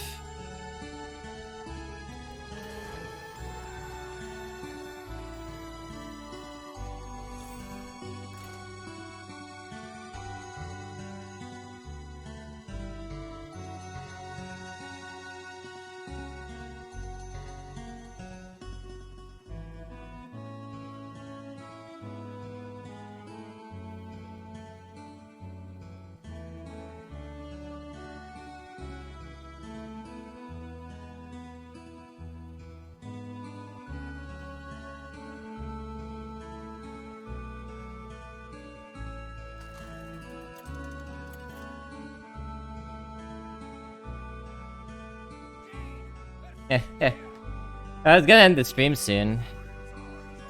Do I have time for a paint? I'm kinda tired. I guess the question is, will I be finishing this run?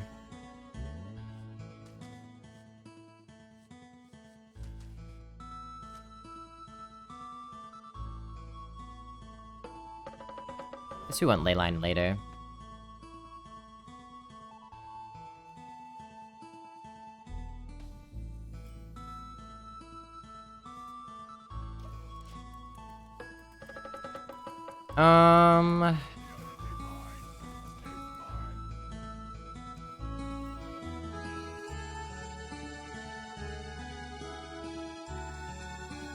Better kill that fast.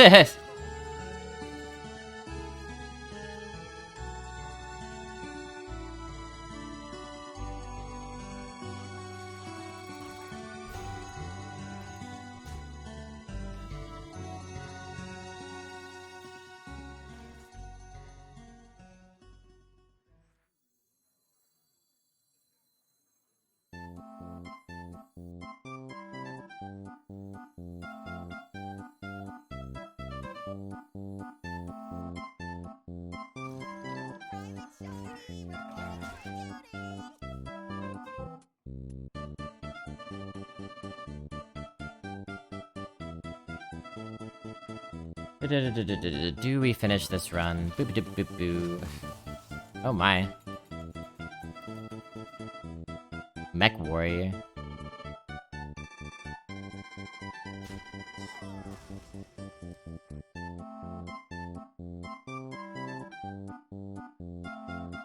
If they trade, that'd be good for us, probably.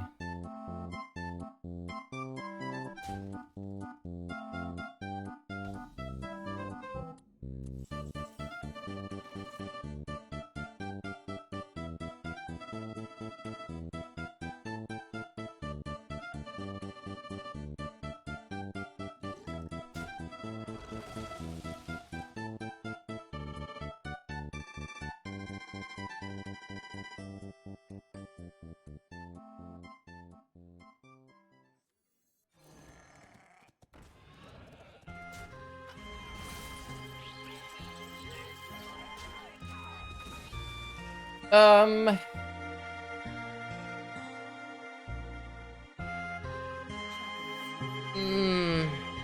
Alright, I'll finish the run. I'm kinda tired, but I'll push through.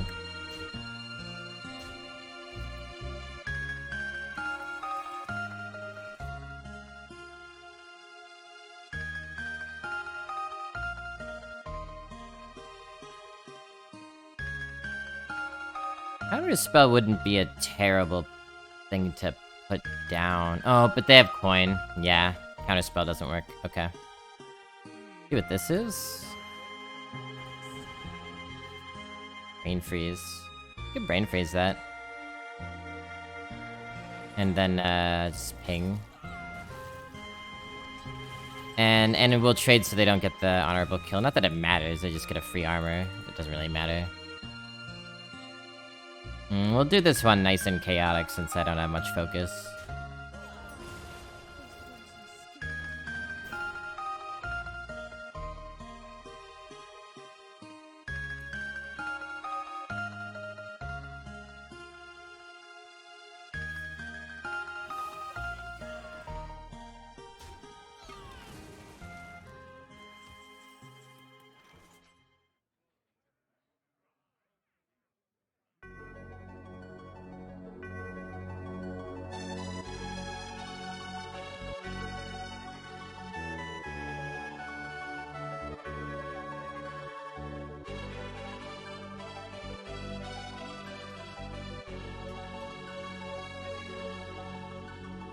I guess it's worth it to only use one card to clear this board, rather than, you know...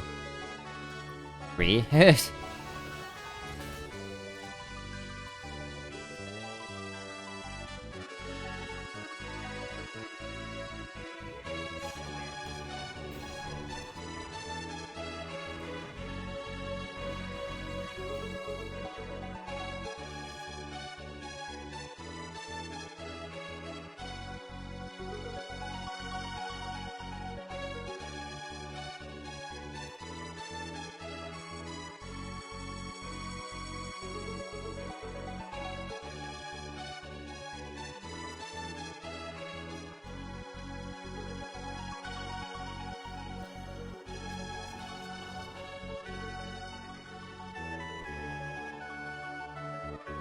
Wait, the honorable kill doesn't do anything, so I guess... doesn't matter how we do this.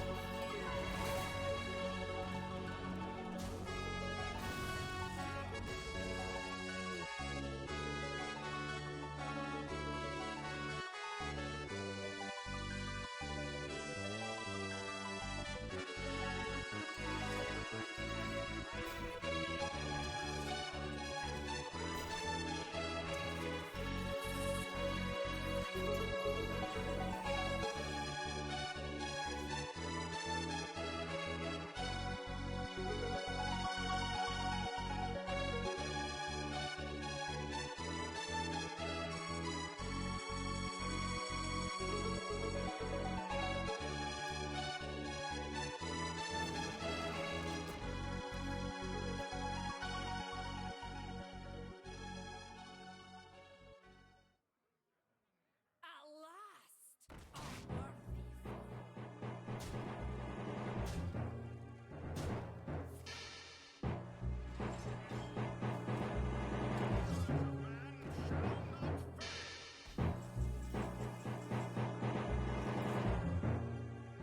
Dragon Slayer. Rude.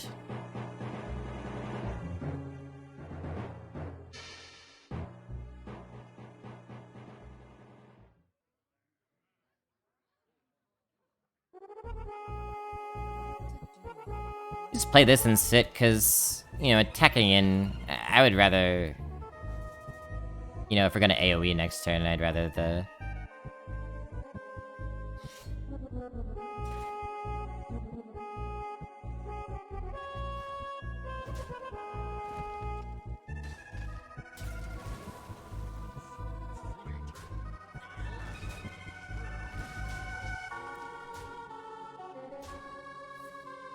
Okay.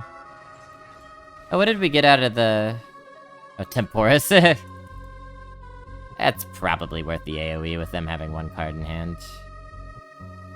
Just good. Good.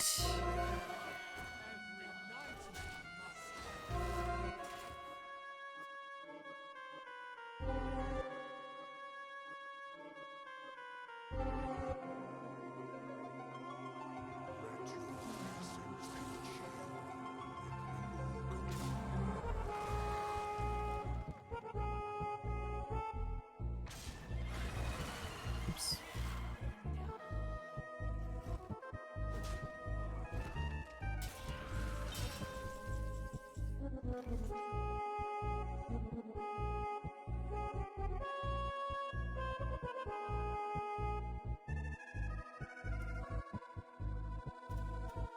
They had Locolar? I've seen so much Locolar today. You didn't actually have a lot of good minions in hand, huh? Guess we'll go all in. Hope for no brawl. That's a 1-drop. That's, I don't know, something.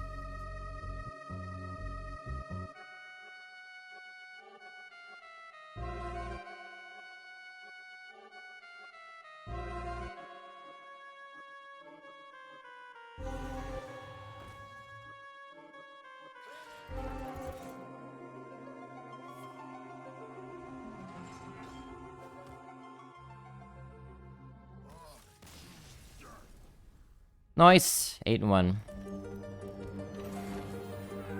8-1, baby. Our average is officially raised.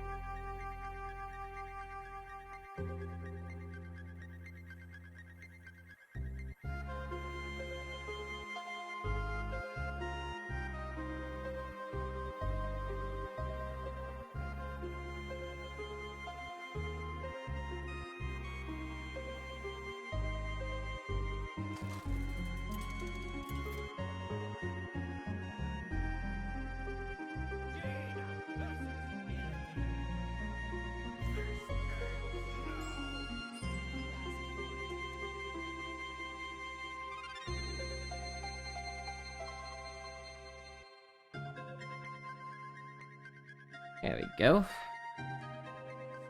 Alright, 1 coin 1. Yeah, pretty good hand here. I'll take it.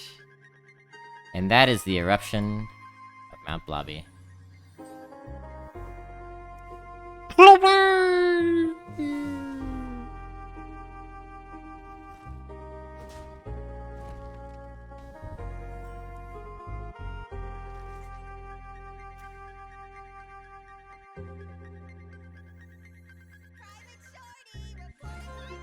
Doing a lot of 1 coin 1 plays recently. More than our decks normally afford us. Yeah, I'll take a counter spell, I think, against Demon Hunter.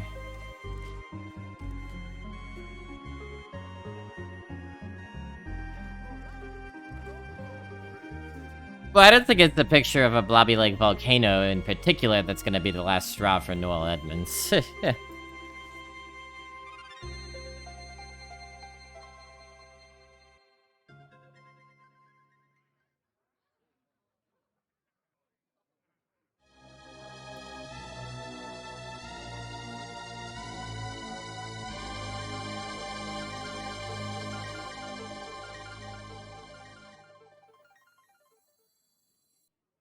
Could have a 2/2 and a 3/1 on board, or we could keep these minions on board and discount our counterspell.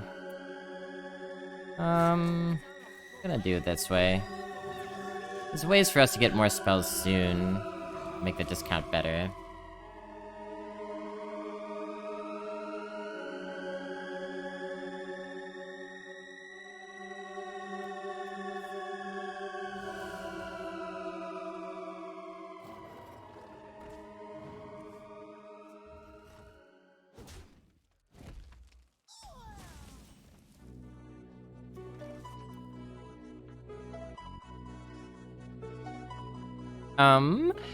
So... do Babbling Book and Razor Jaw?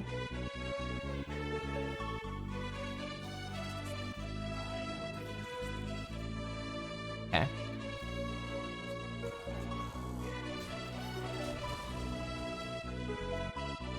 Got the Wordle on guess too? Oh yeah, I'll do the Wordle after this run, I think, if I remember.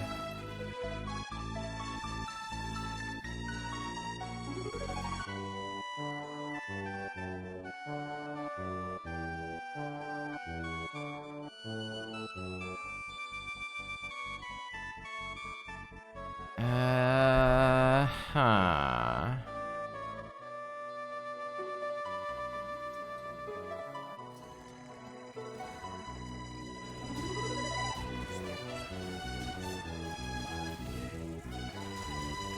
Two discounts is okay. Yeah, I love the New York Times. My favorite. My favorite.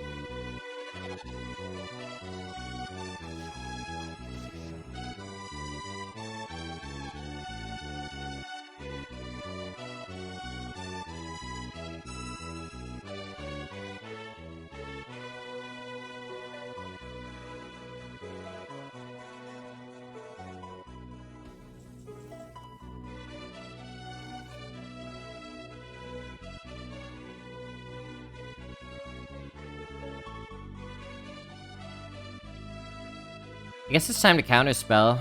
Counterspell and Popsicle, maybe? Or we could, like, ping and play a 1.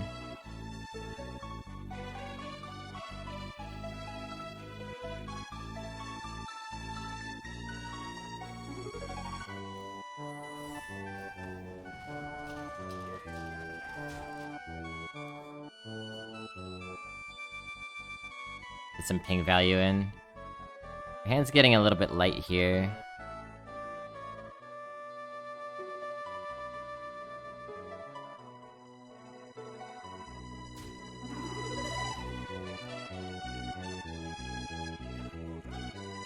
Okay. God damn, they love their Ram Commanders just like I do. Just like me. Probably Fireball that.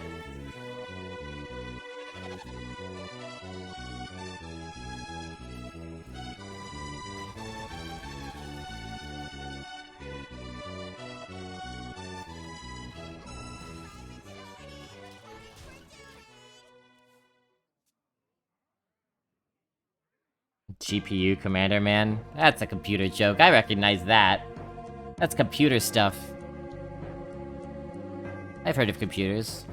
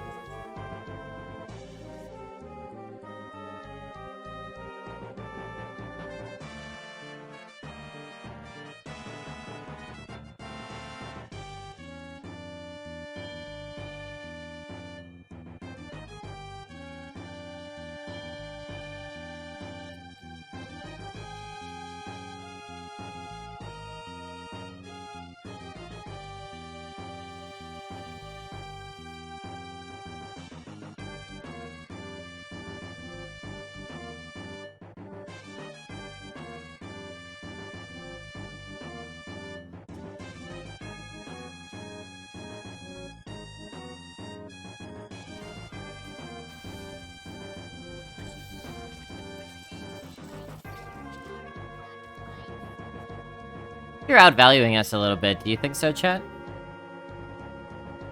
I wonder if there's a name for the phenomenon where the worse a joke is, the better it is. If there is a name for that, Bat Plug, I have to assume it would be in the German language. My assumption.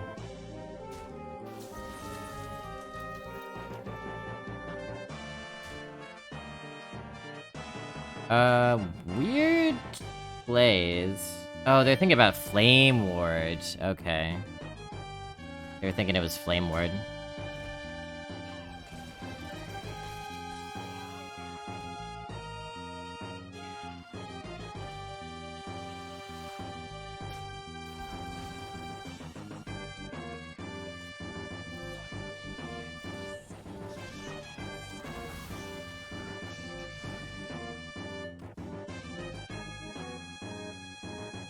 I mean, Ysera still saves us.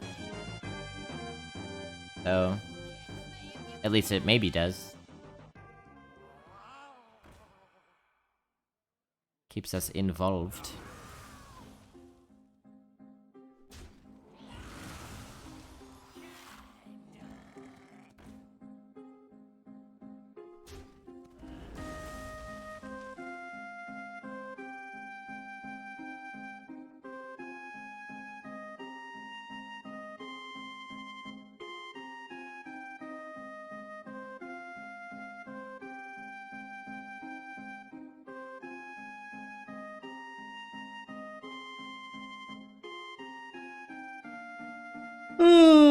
You can end turn. Trying to decide whether to put a ram out or hero power, I guess.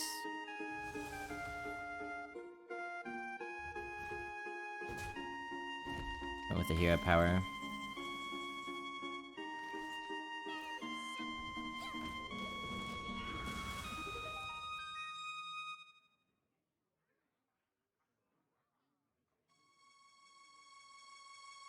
The cold can't stop me, neither can you. Did you hear about the kidnapping at the UW library? I don't know what UW is. And I did not hear about that, no.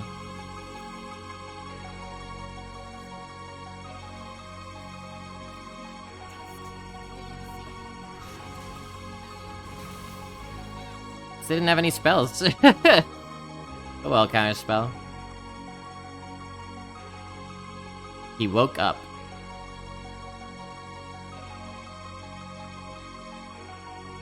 The kidnapping. Okay. Alright. Okay, alright.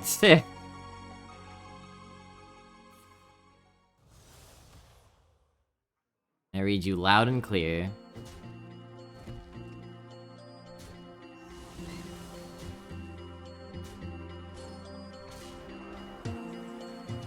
A little bit late, Proto Drake. A spirited effort, though.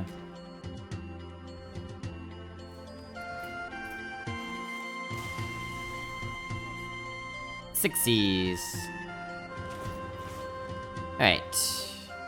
On to the next one.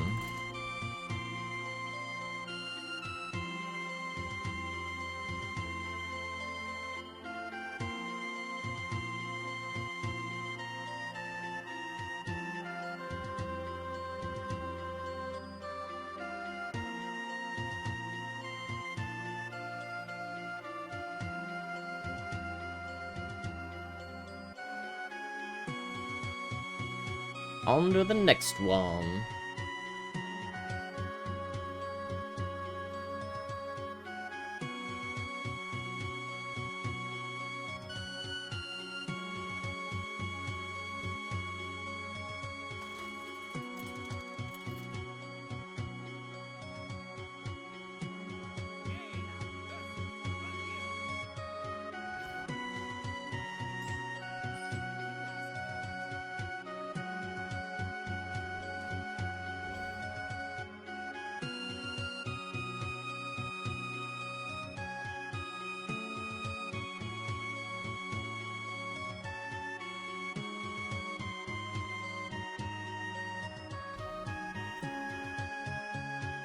Ah, interesting. Let's start with this one.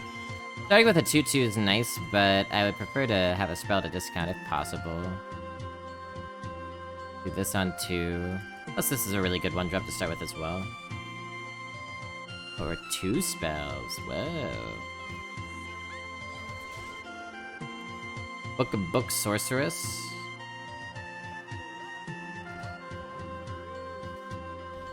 I might ping you here.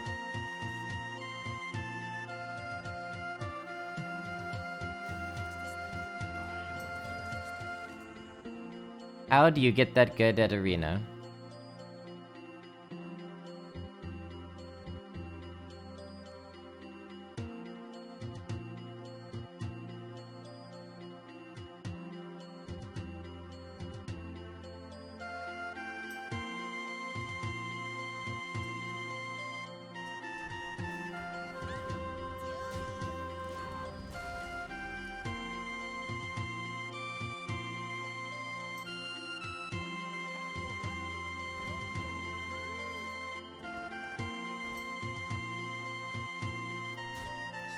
Did we recently play Scarface? Was that a recent opponent of ours?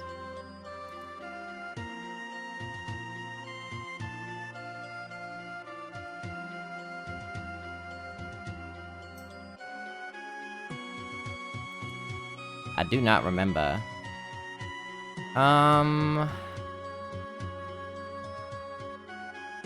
Snowman Sorceress.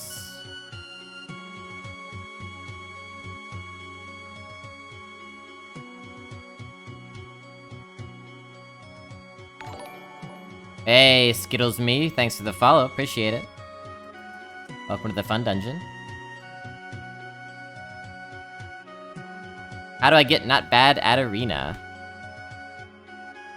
Good question, Satisfactory. Well, you already figured it out. Because you used to be bad at Arena, and now you're not. But, time and effort is the answer, I guess.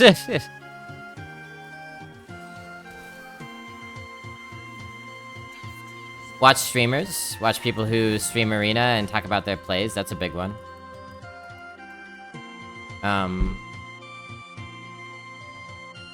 A lot of people recommend that you go back and look at your games that you lost and study them and see if there were other plays that you could make that would have let you win. I think that's pretty good advice, although personally I don't do that. I just find it a little bit tedious. Or a door creeper. Using drafting tools can help if you're a beginner, although if you're trying to move from, like, amateur to expert, drafting tools won't always help you.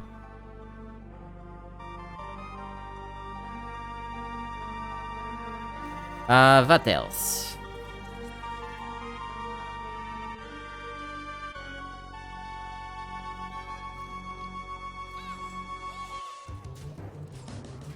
Invest in learning the ins and outs of tempo, what tempo means, because everyone has a slightly different definition of it, but learning about the pacing of the game is gonna help you a lot, rather than just what cards are good. And once you learn about the pacing of the game and what choices you need to make when, then you can better learn how to employ the cards, whether they're good cards or bad cards. I've never misplayed. Do we Flame Strike that crappy board? I don't think so. But on the other hand, we don't want them to get a combo card. It's probably fine if they do. I don't know.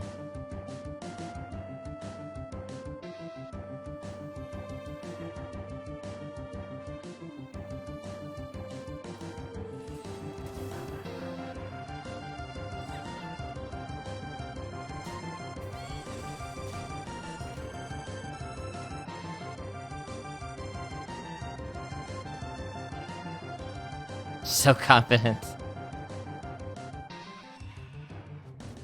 Okay. Interesting. So I guess they're going into the 6-6 then. Oh no.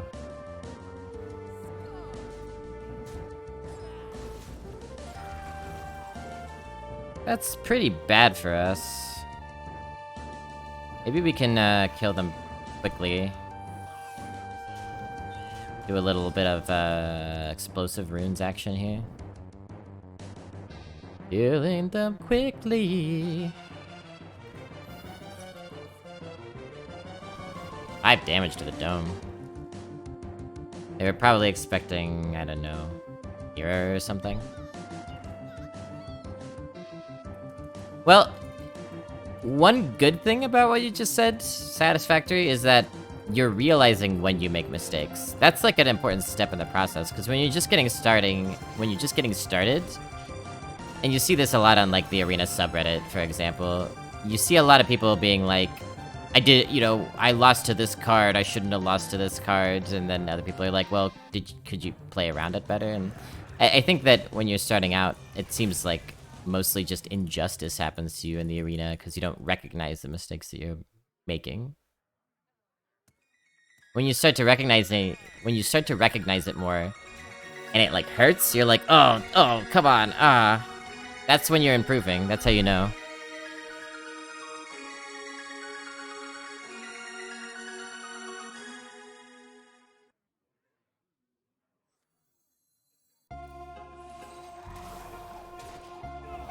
It does feel bad for a while to get better at anything, and then you're better.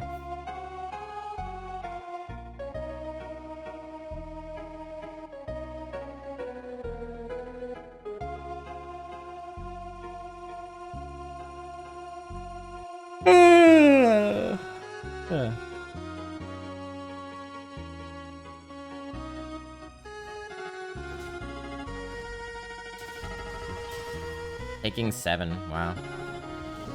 Can't even kill that. I mean, they can. No, they can't. They already used their dagger. Alright. Alright.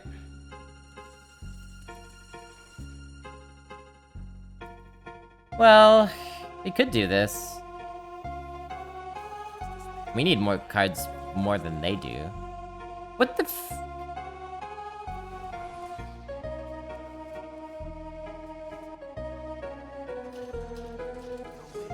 Do we risk the Trick Totem? What if we just do this and then they overdraw?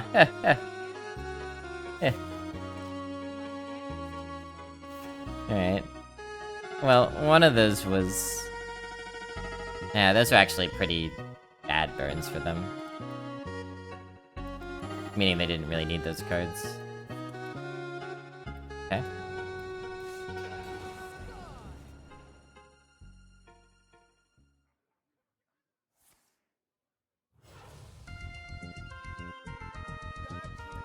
Play less than 10 runs per season, but you go hard infinite. Pretty impressive. Pretty impressive.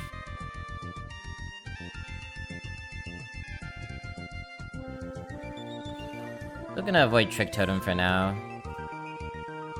Huh. What does Rogue do against Proto Drake? Just damage, I guess? Hard removals?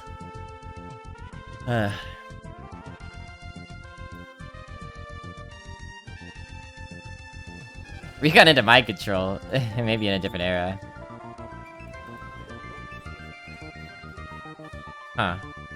And that goes into the Proto Drake, or what? It goes face. Really? I don't necessarily agree with that.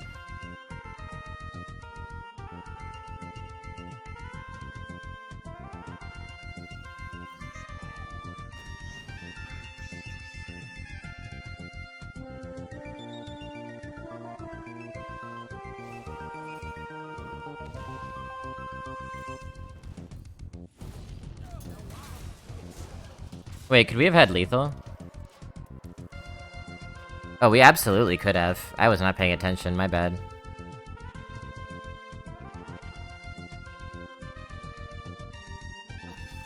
Oh, that 1/4 mind control minion? Ah, that's actually true.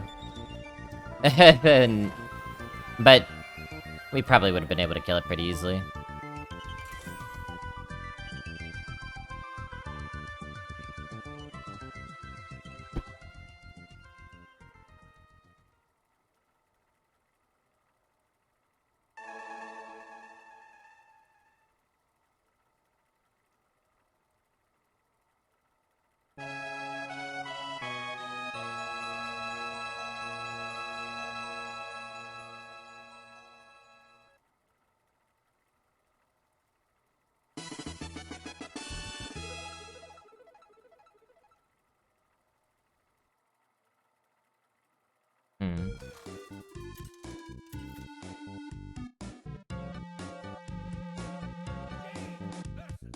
Boo doo boo boo boo boo boo.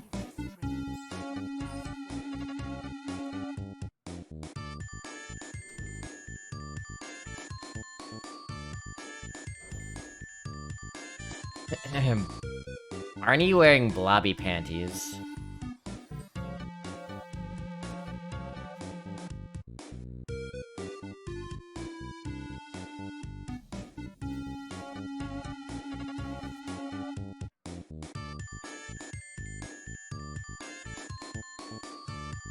So, the blue part is Barney's skin?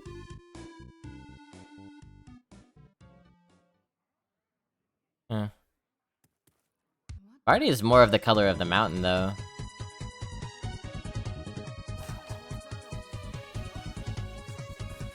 Let's do our 1 coin 1 signature move here. Well, that'll be good in a long time. In a long time from now. Now if they play a 2-3, we just zap it. Zoop.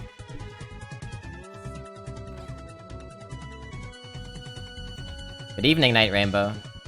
Dungeon Dweller and Welfare Hoarders.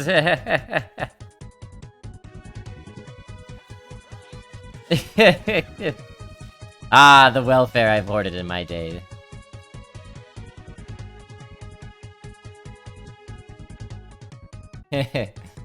Yeah, pretty fun deck here. Fun and flexible. And light on its feet.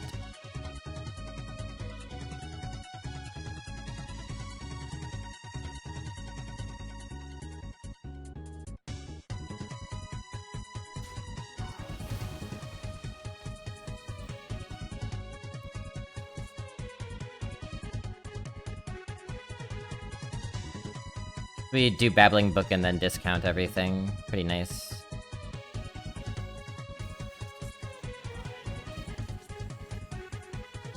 Sure. Yo, dog, I heard you like Siphon Manas.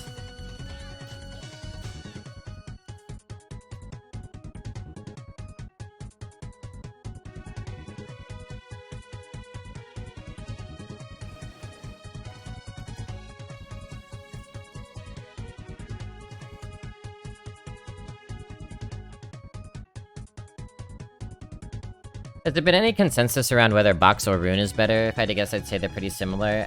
I think Rune is much better than Puzzle Box, personally. There are some downsides to Rune. For example, it can use up 10 mana on that tower, that crappy tower, or it can use up mana on, like, Luna's Galaxy or whatever, Pocket Galaxy. But,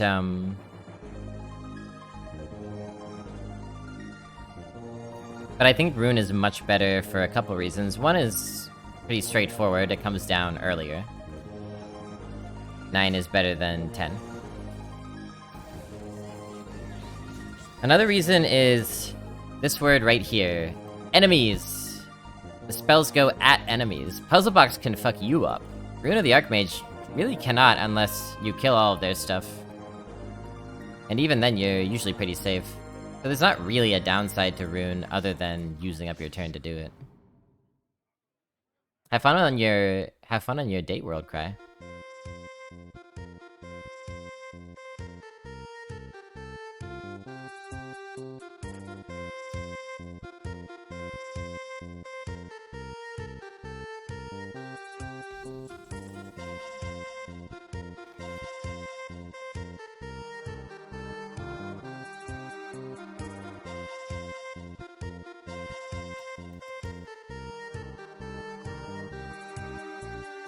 Wow, this is gonna be a 5 mana rune? If we play Leyline?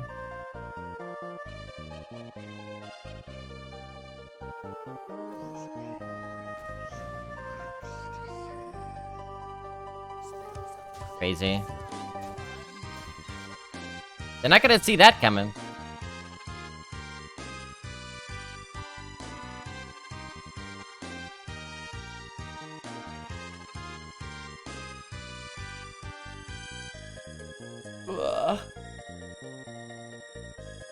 It's funny, our curve goes up to 4 mana and then skips right to 8.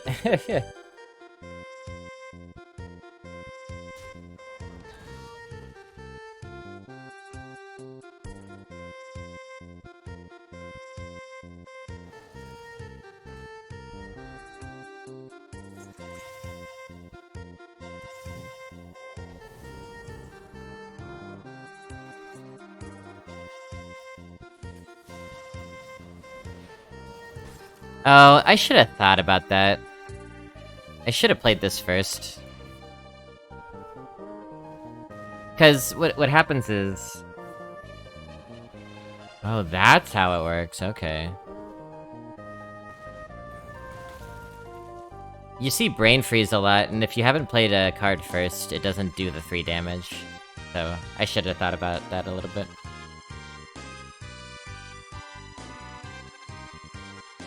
I guess we'll just trade. I don't know. I think we trade. What is this? Ice Barrier? We trade because of this thing, right? Thinking is the mind killer. Do not think. Thinking is the mind killer.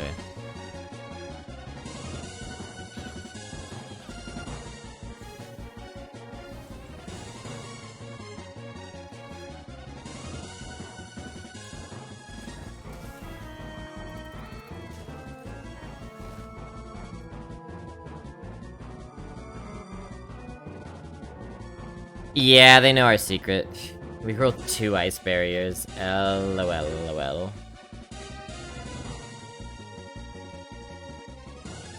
No, we could do a conceptual rant.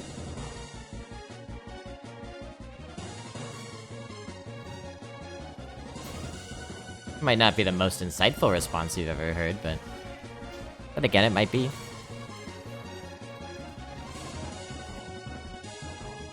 Eggo's in competition. I mean, I think if you eat an Eggo before sort of a competition, it'll be pretty heavy on your stomach. There's probably better breakfasts you could have, some like fruits maybe, or even, you know, eggs.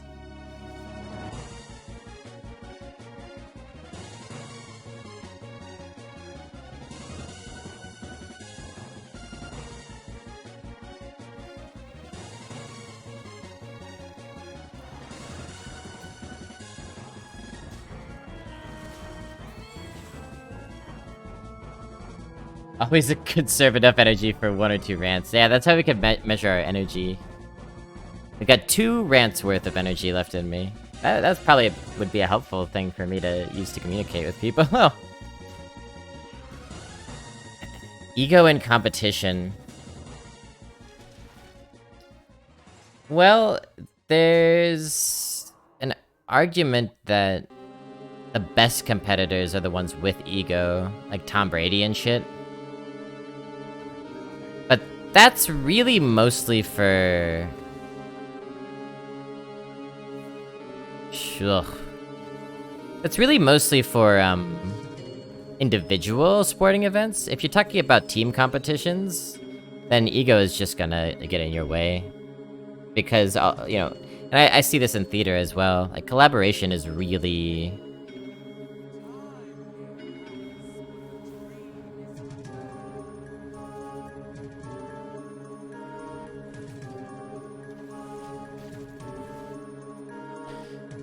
Big Brain Nightmare plays.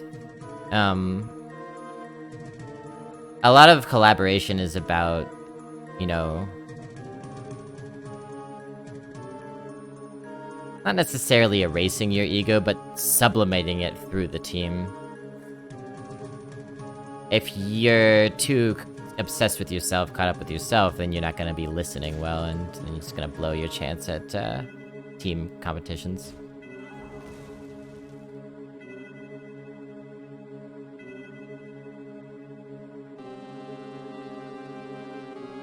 I get annoyed at myself when I get too annoyed at this game. Because I know it's not adding to people's experience, and,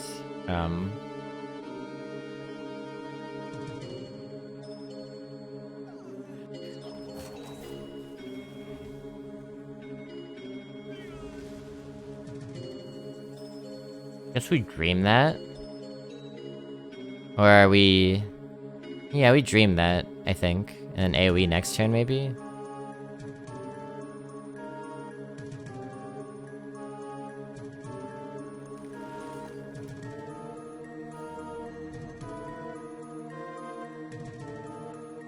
We didn't have to dream that.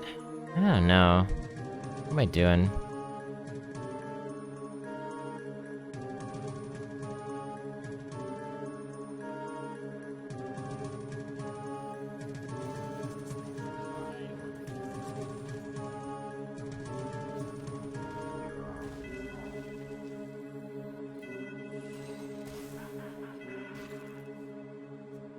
Like, tilt is really real. I don't know. I don't really know exactly what I want to talk about with ego. Ego could be something that fuels you almost out of fury.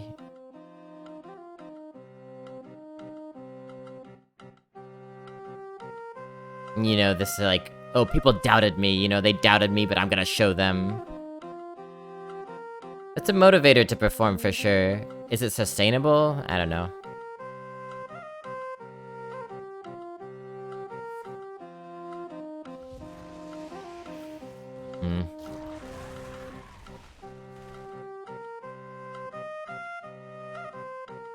Well, I guess I would say this about that. The beauty of a game, and the reason that we play games is because they're not fair, which harkens back to our conversation earlier about transness in sports. If sports were fair, they would be completely uninteresting, nobody would play them, and nobody would watch them. So, we could take this thing of, like, sports are supposed to be fair off the table.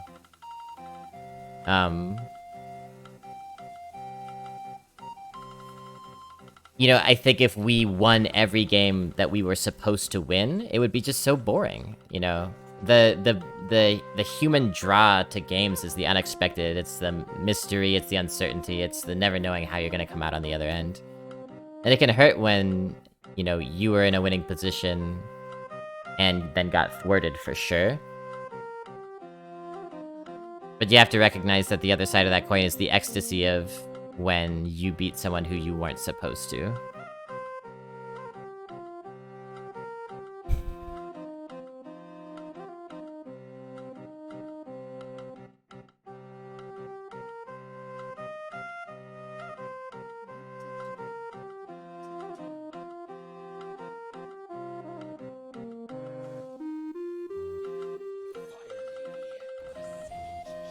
I want to kill the snowman, I think.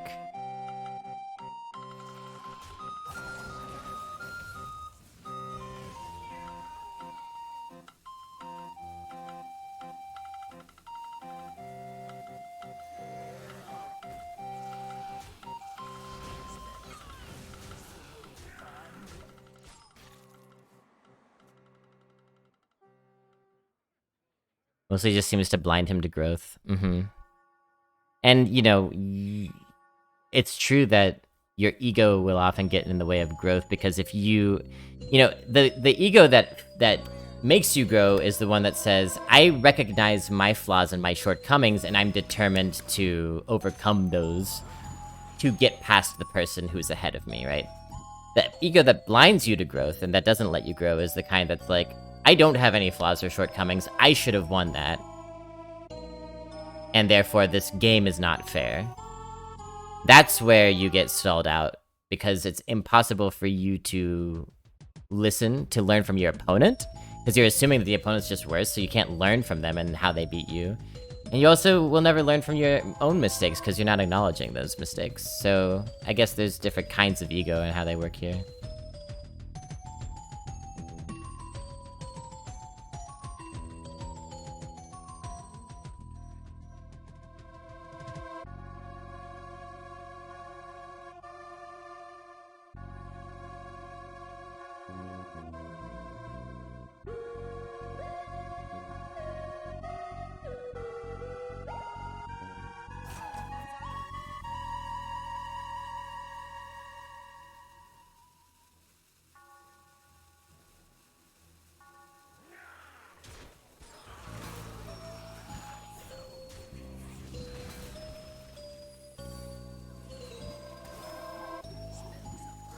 I don't know, man. I'm just going face. What is this? Mirror entity? They can deal 16 damage to us. That means they're 9 off. That means that Alex Strauza doesn't kill us. They can kill my 9-9 with their 9-3, which is pretty bad, but we've got lethal showing. Is that true? We should have killed the 9-3. I think we made a misplay here. Yeah. Yeah, my focus is eroding.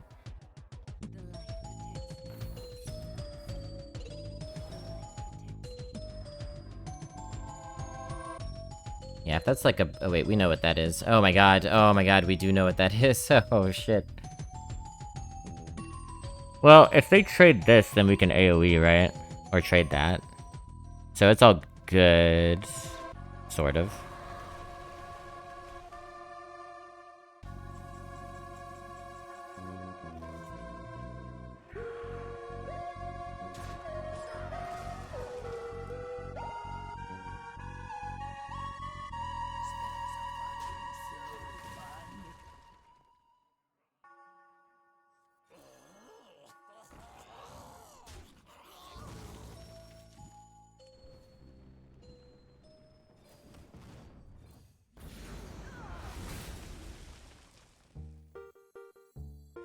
Alright, Trick Totem. Maybe yes, why the play that card? Why do I play the card? Should have been Mekaru. Mekaru's probably correct.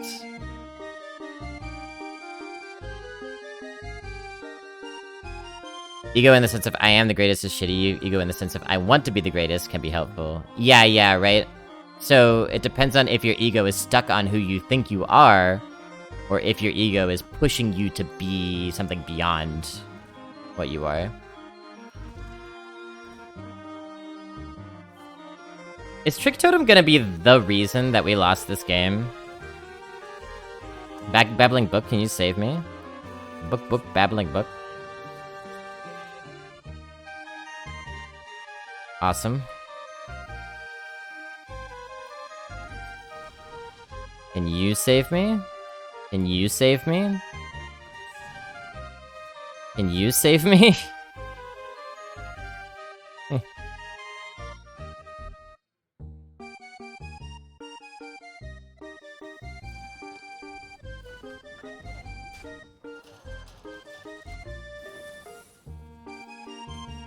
That's...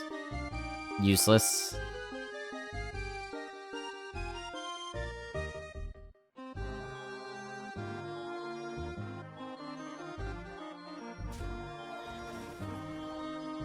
I'll be walking around the neighborhood asking everyone if they can save him. That's a good hit, I guess. They don't have a taunt, we win. Arcane Brilliance. Brilliant! The Trick Totem taketh, and the Trick Totem taketh away.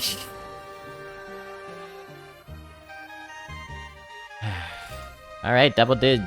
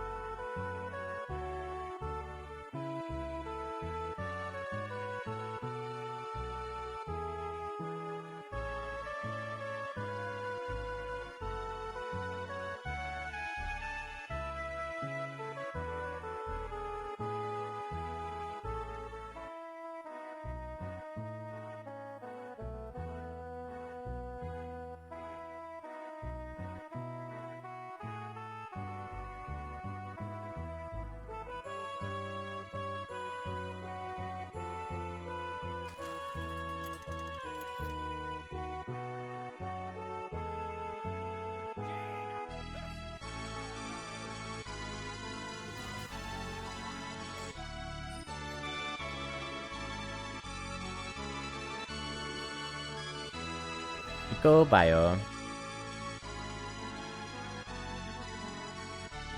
Thanks, y'all.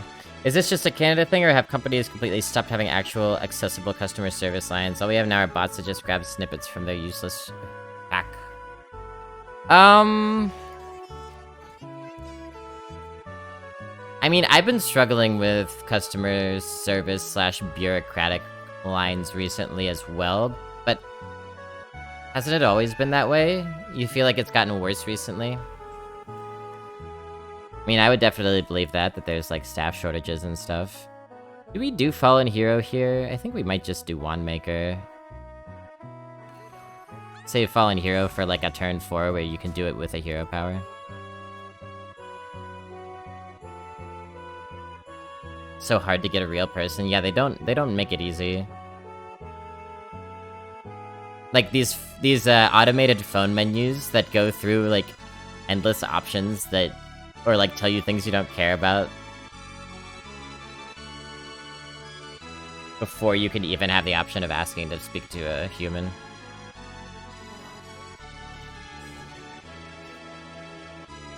Snap freeze. Well, we got a decent amount of freeze effects in this deck, so that's probably a fine thing to have.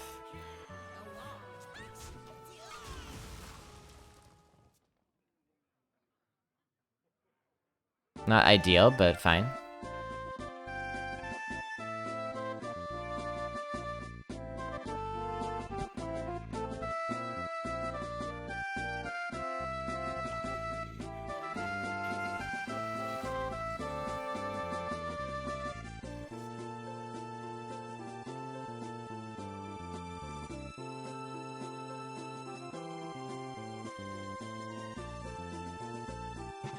Do we just want to get Tower Sergeant down?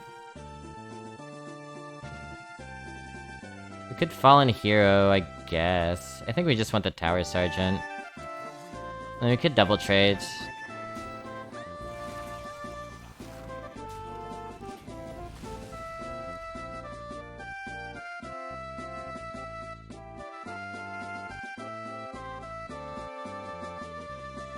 Two hours on the phone.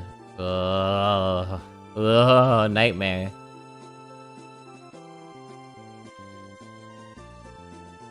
Nightmare, nightmare.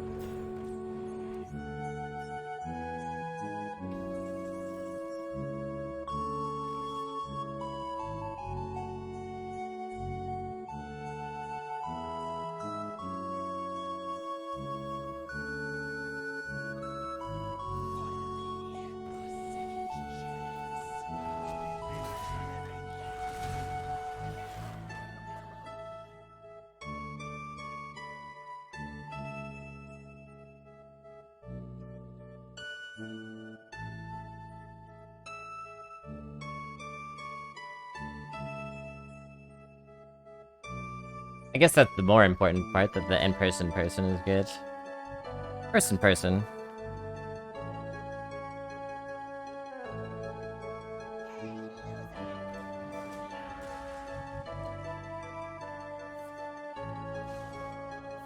Devolve! No! Yeah, at least it's the wolf.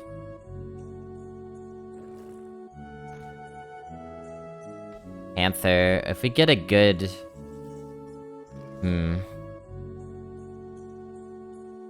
Interesting. If we had one more mana, that could be good.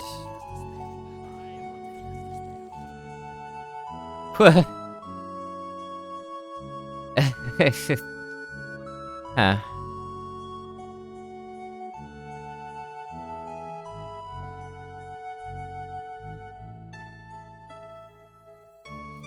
What if we just go all in on Potion of Illusion strats here?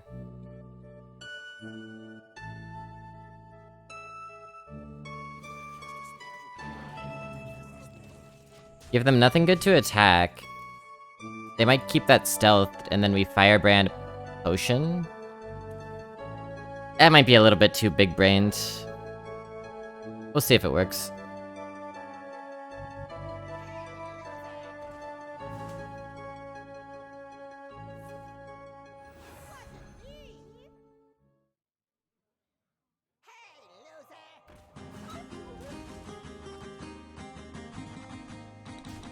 Oh, they actually made that trade.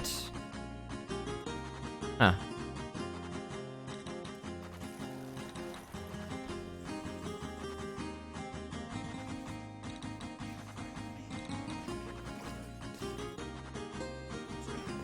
Oh, our plan worked, I think. We don't get to clear, but that's fine. We don't need to clear here. It's got great value. We have another Firebrand we could shoot whenever we want to. Yeah, I would call this a net positive for sure. 1, 2, 3, 4, 5, 6, 7, 8, 9. My hand's getting pretty chunky, actually.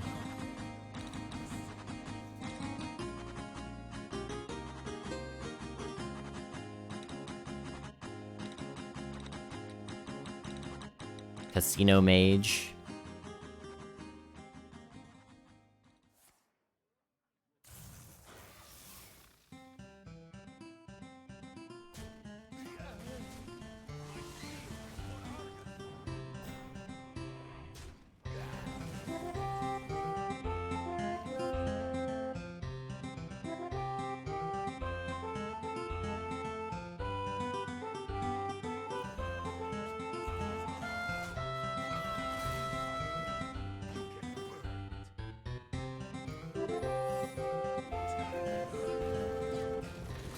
Pretty sweet.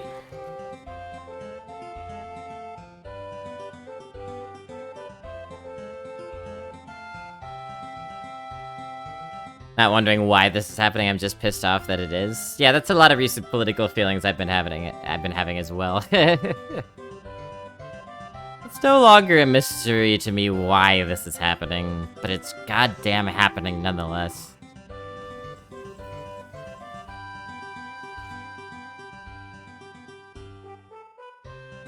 Phew. Probably want this down. They might just, you know, exit. But we'll see.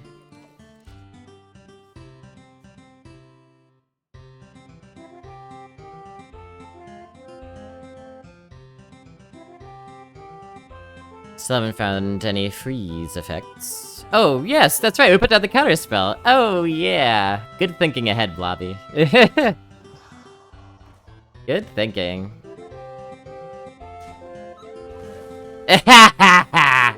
Woo! Got him.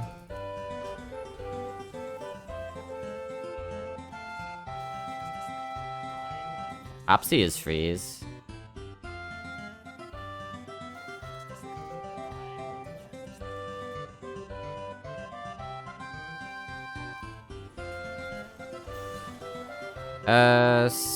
That was unintentional. I forgot about the— oh my god. Wait, we could get a 15-15 Ibis?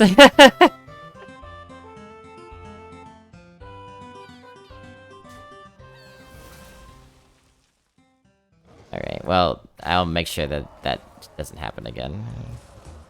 I don't know.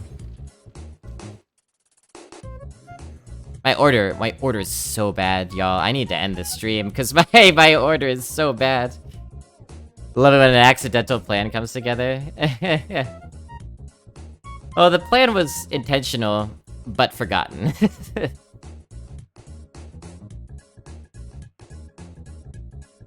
It's like you pass off doing favors for your future self.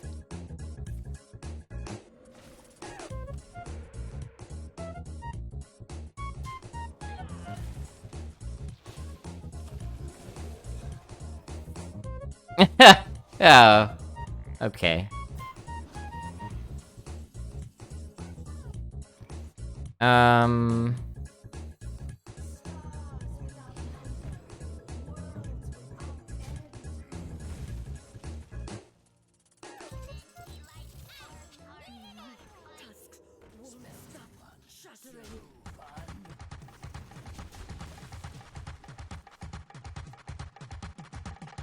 Like when you order something drunk, forget it, and then receive a gift from you, pass self and sober again. Yeah, I don't really do that, but I've talked to people who do. That seems like a fun thing that happens, a fun surprise.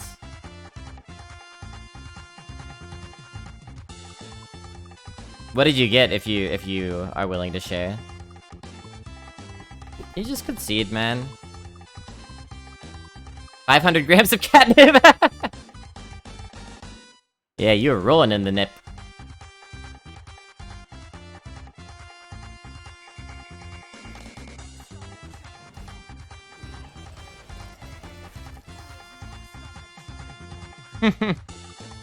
That's funny. Alright. See ya. I'm not gonna play Ibis unless I have to, I think. We're just winning so much, I don't wanna... I don't even think I play Trick Totem. We've learned our lesson on that front. I don't need to play anything else, really. 9, 10, 11, 12, 13, 14, 15. Hey, we got lethal showing, even if they taunt Totem.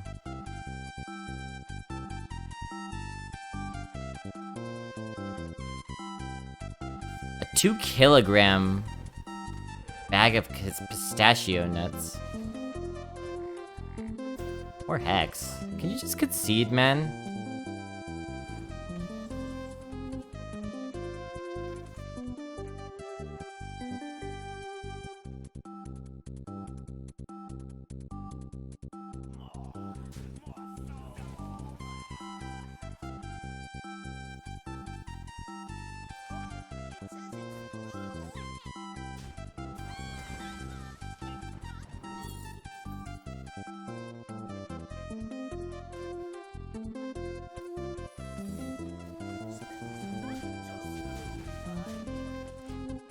Two, 4, 6, 7. We don't have lethal set up. It is for 2 more turns. Ugh, they're really milking this. Left at board space in case of Snowfall Guardian. Yeah.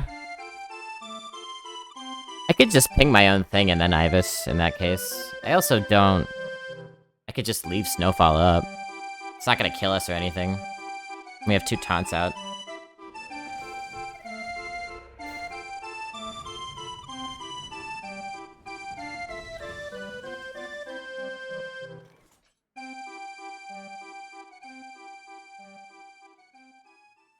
We have counterspells, so this is like GG. I can't conceive of a way around it. 15 Ibis. You don't see that very often, hey?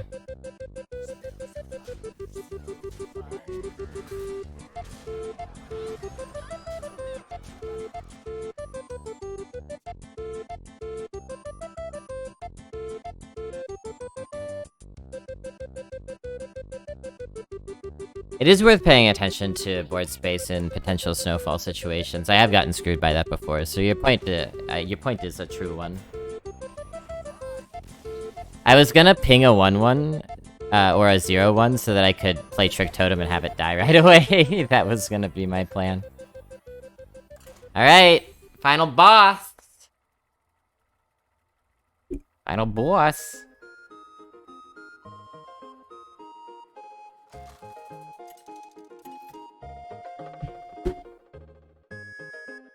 Sniping, but only to keep me awake. Eat! Then picks.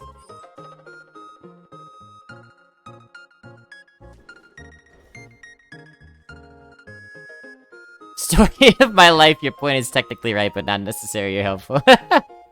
It gets people thinking. Didn't see this deck getting to the final boss, but you were owed it after the hunter. Yeah. This deck's a real one.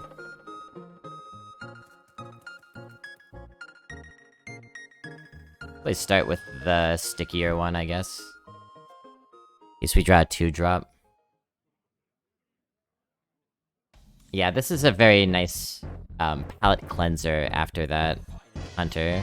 I was quite frustrated.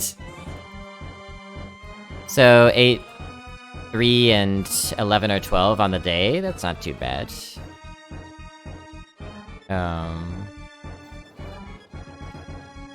Sure. Keep delaying our babbling book.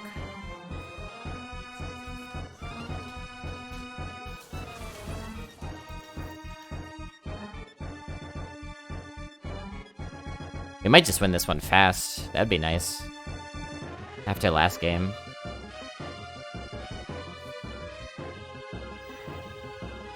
For the most part, we've been taking shamans to town today, but Wildpot Cavern's gonna test that, that's for sure. I think we want to ping. Double trade. You get spells in here for the Firebrand. Cheaper spell?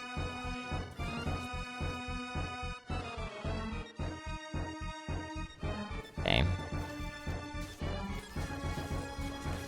Not great, books, not great.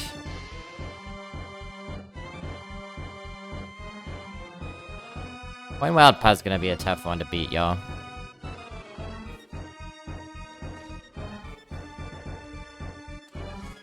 Ugh. Yeah, I don't know about this one.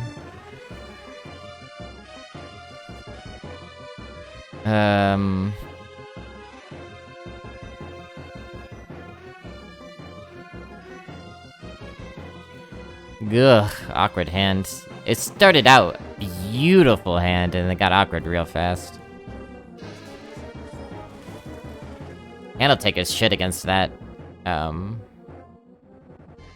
group of minions, too.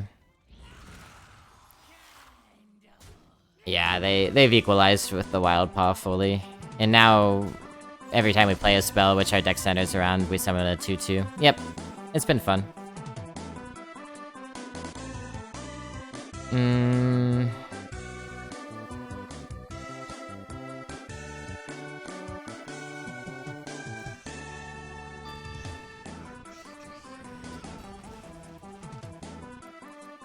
Good freeze. I don't want to summon a 2-2.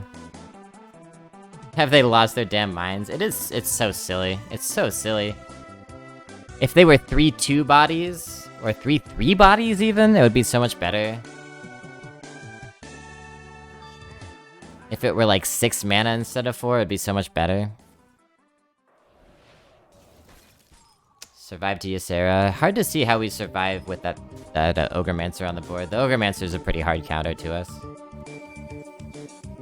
Well, let's see here.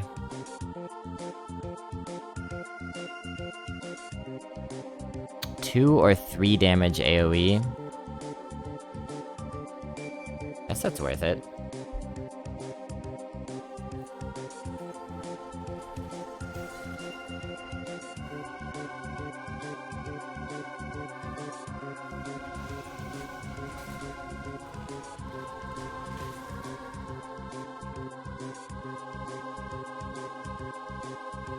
Freeze Shaman shouldn't be a thing. I like Freeze Shaman.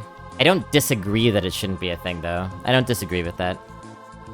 I like the freeze effect because it's powerful, and I think it's fun to figure out how to use well. But it's really not a fun effect to play against. I definitely agree with that. 5, 10, 12. Well, they got lethal showing, so we can't worm. We can book, I guess.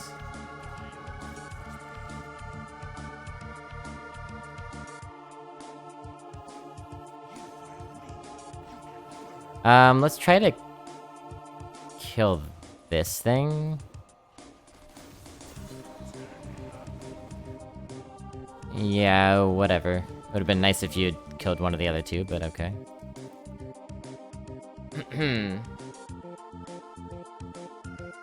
Oh, it doesn't match WoW? Oh, I don't know or care about the lore, so that's not on my radar. My radar.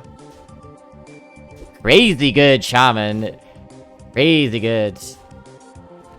So that makes this the third deck in 2 days that I've gotten up to 11 wins and haven't quite gotten the final boss. Which I'm not too bummed out about. 11 wins is super sweet.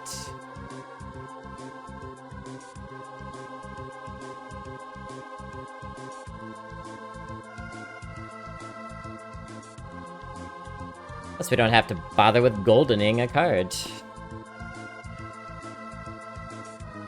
If I had to pick an MVP, it would be, I don't know, maybe Babbling Book. Babbling Book had some whiffs though. Leyline actually was up there. No Man was good. Gammon.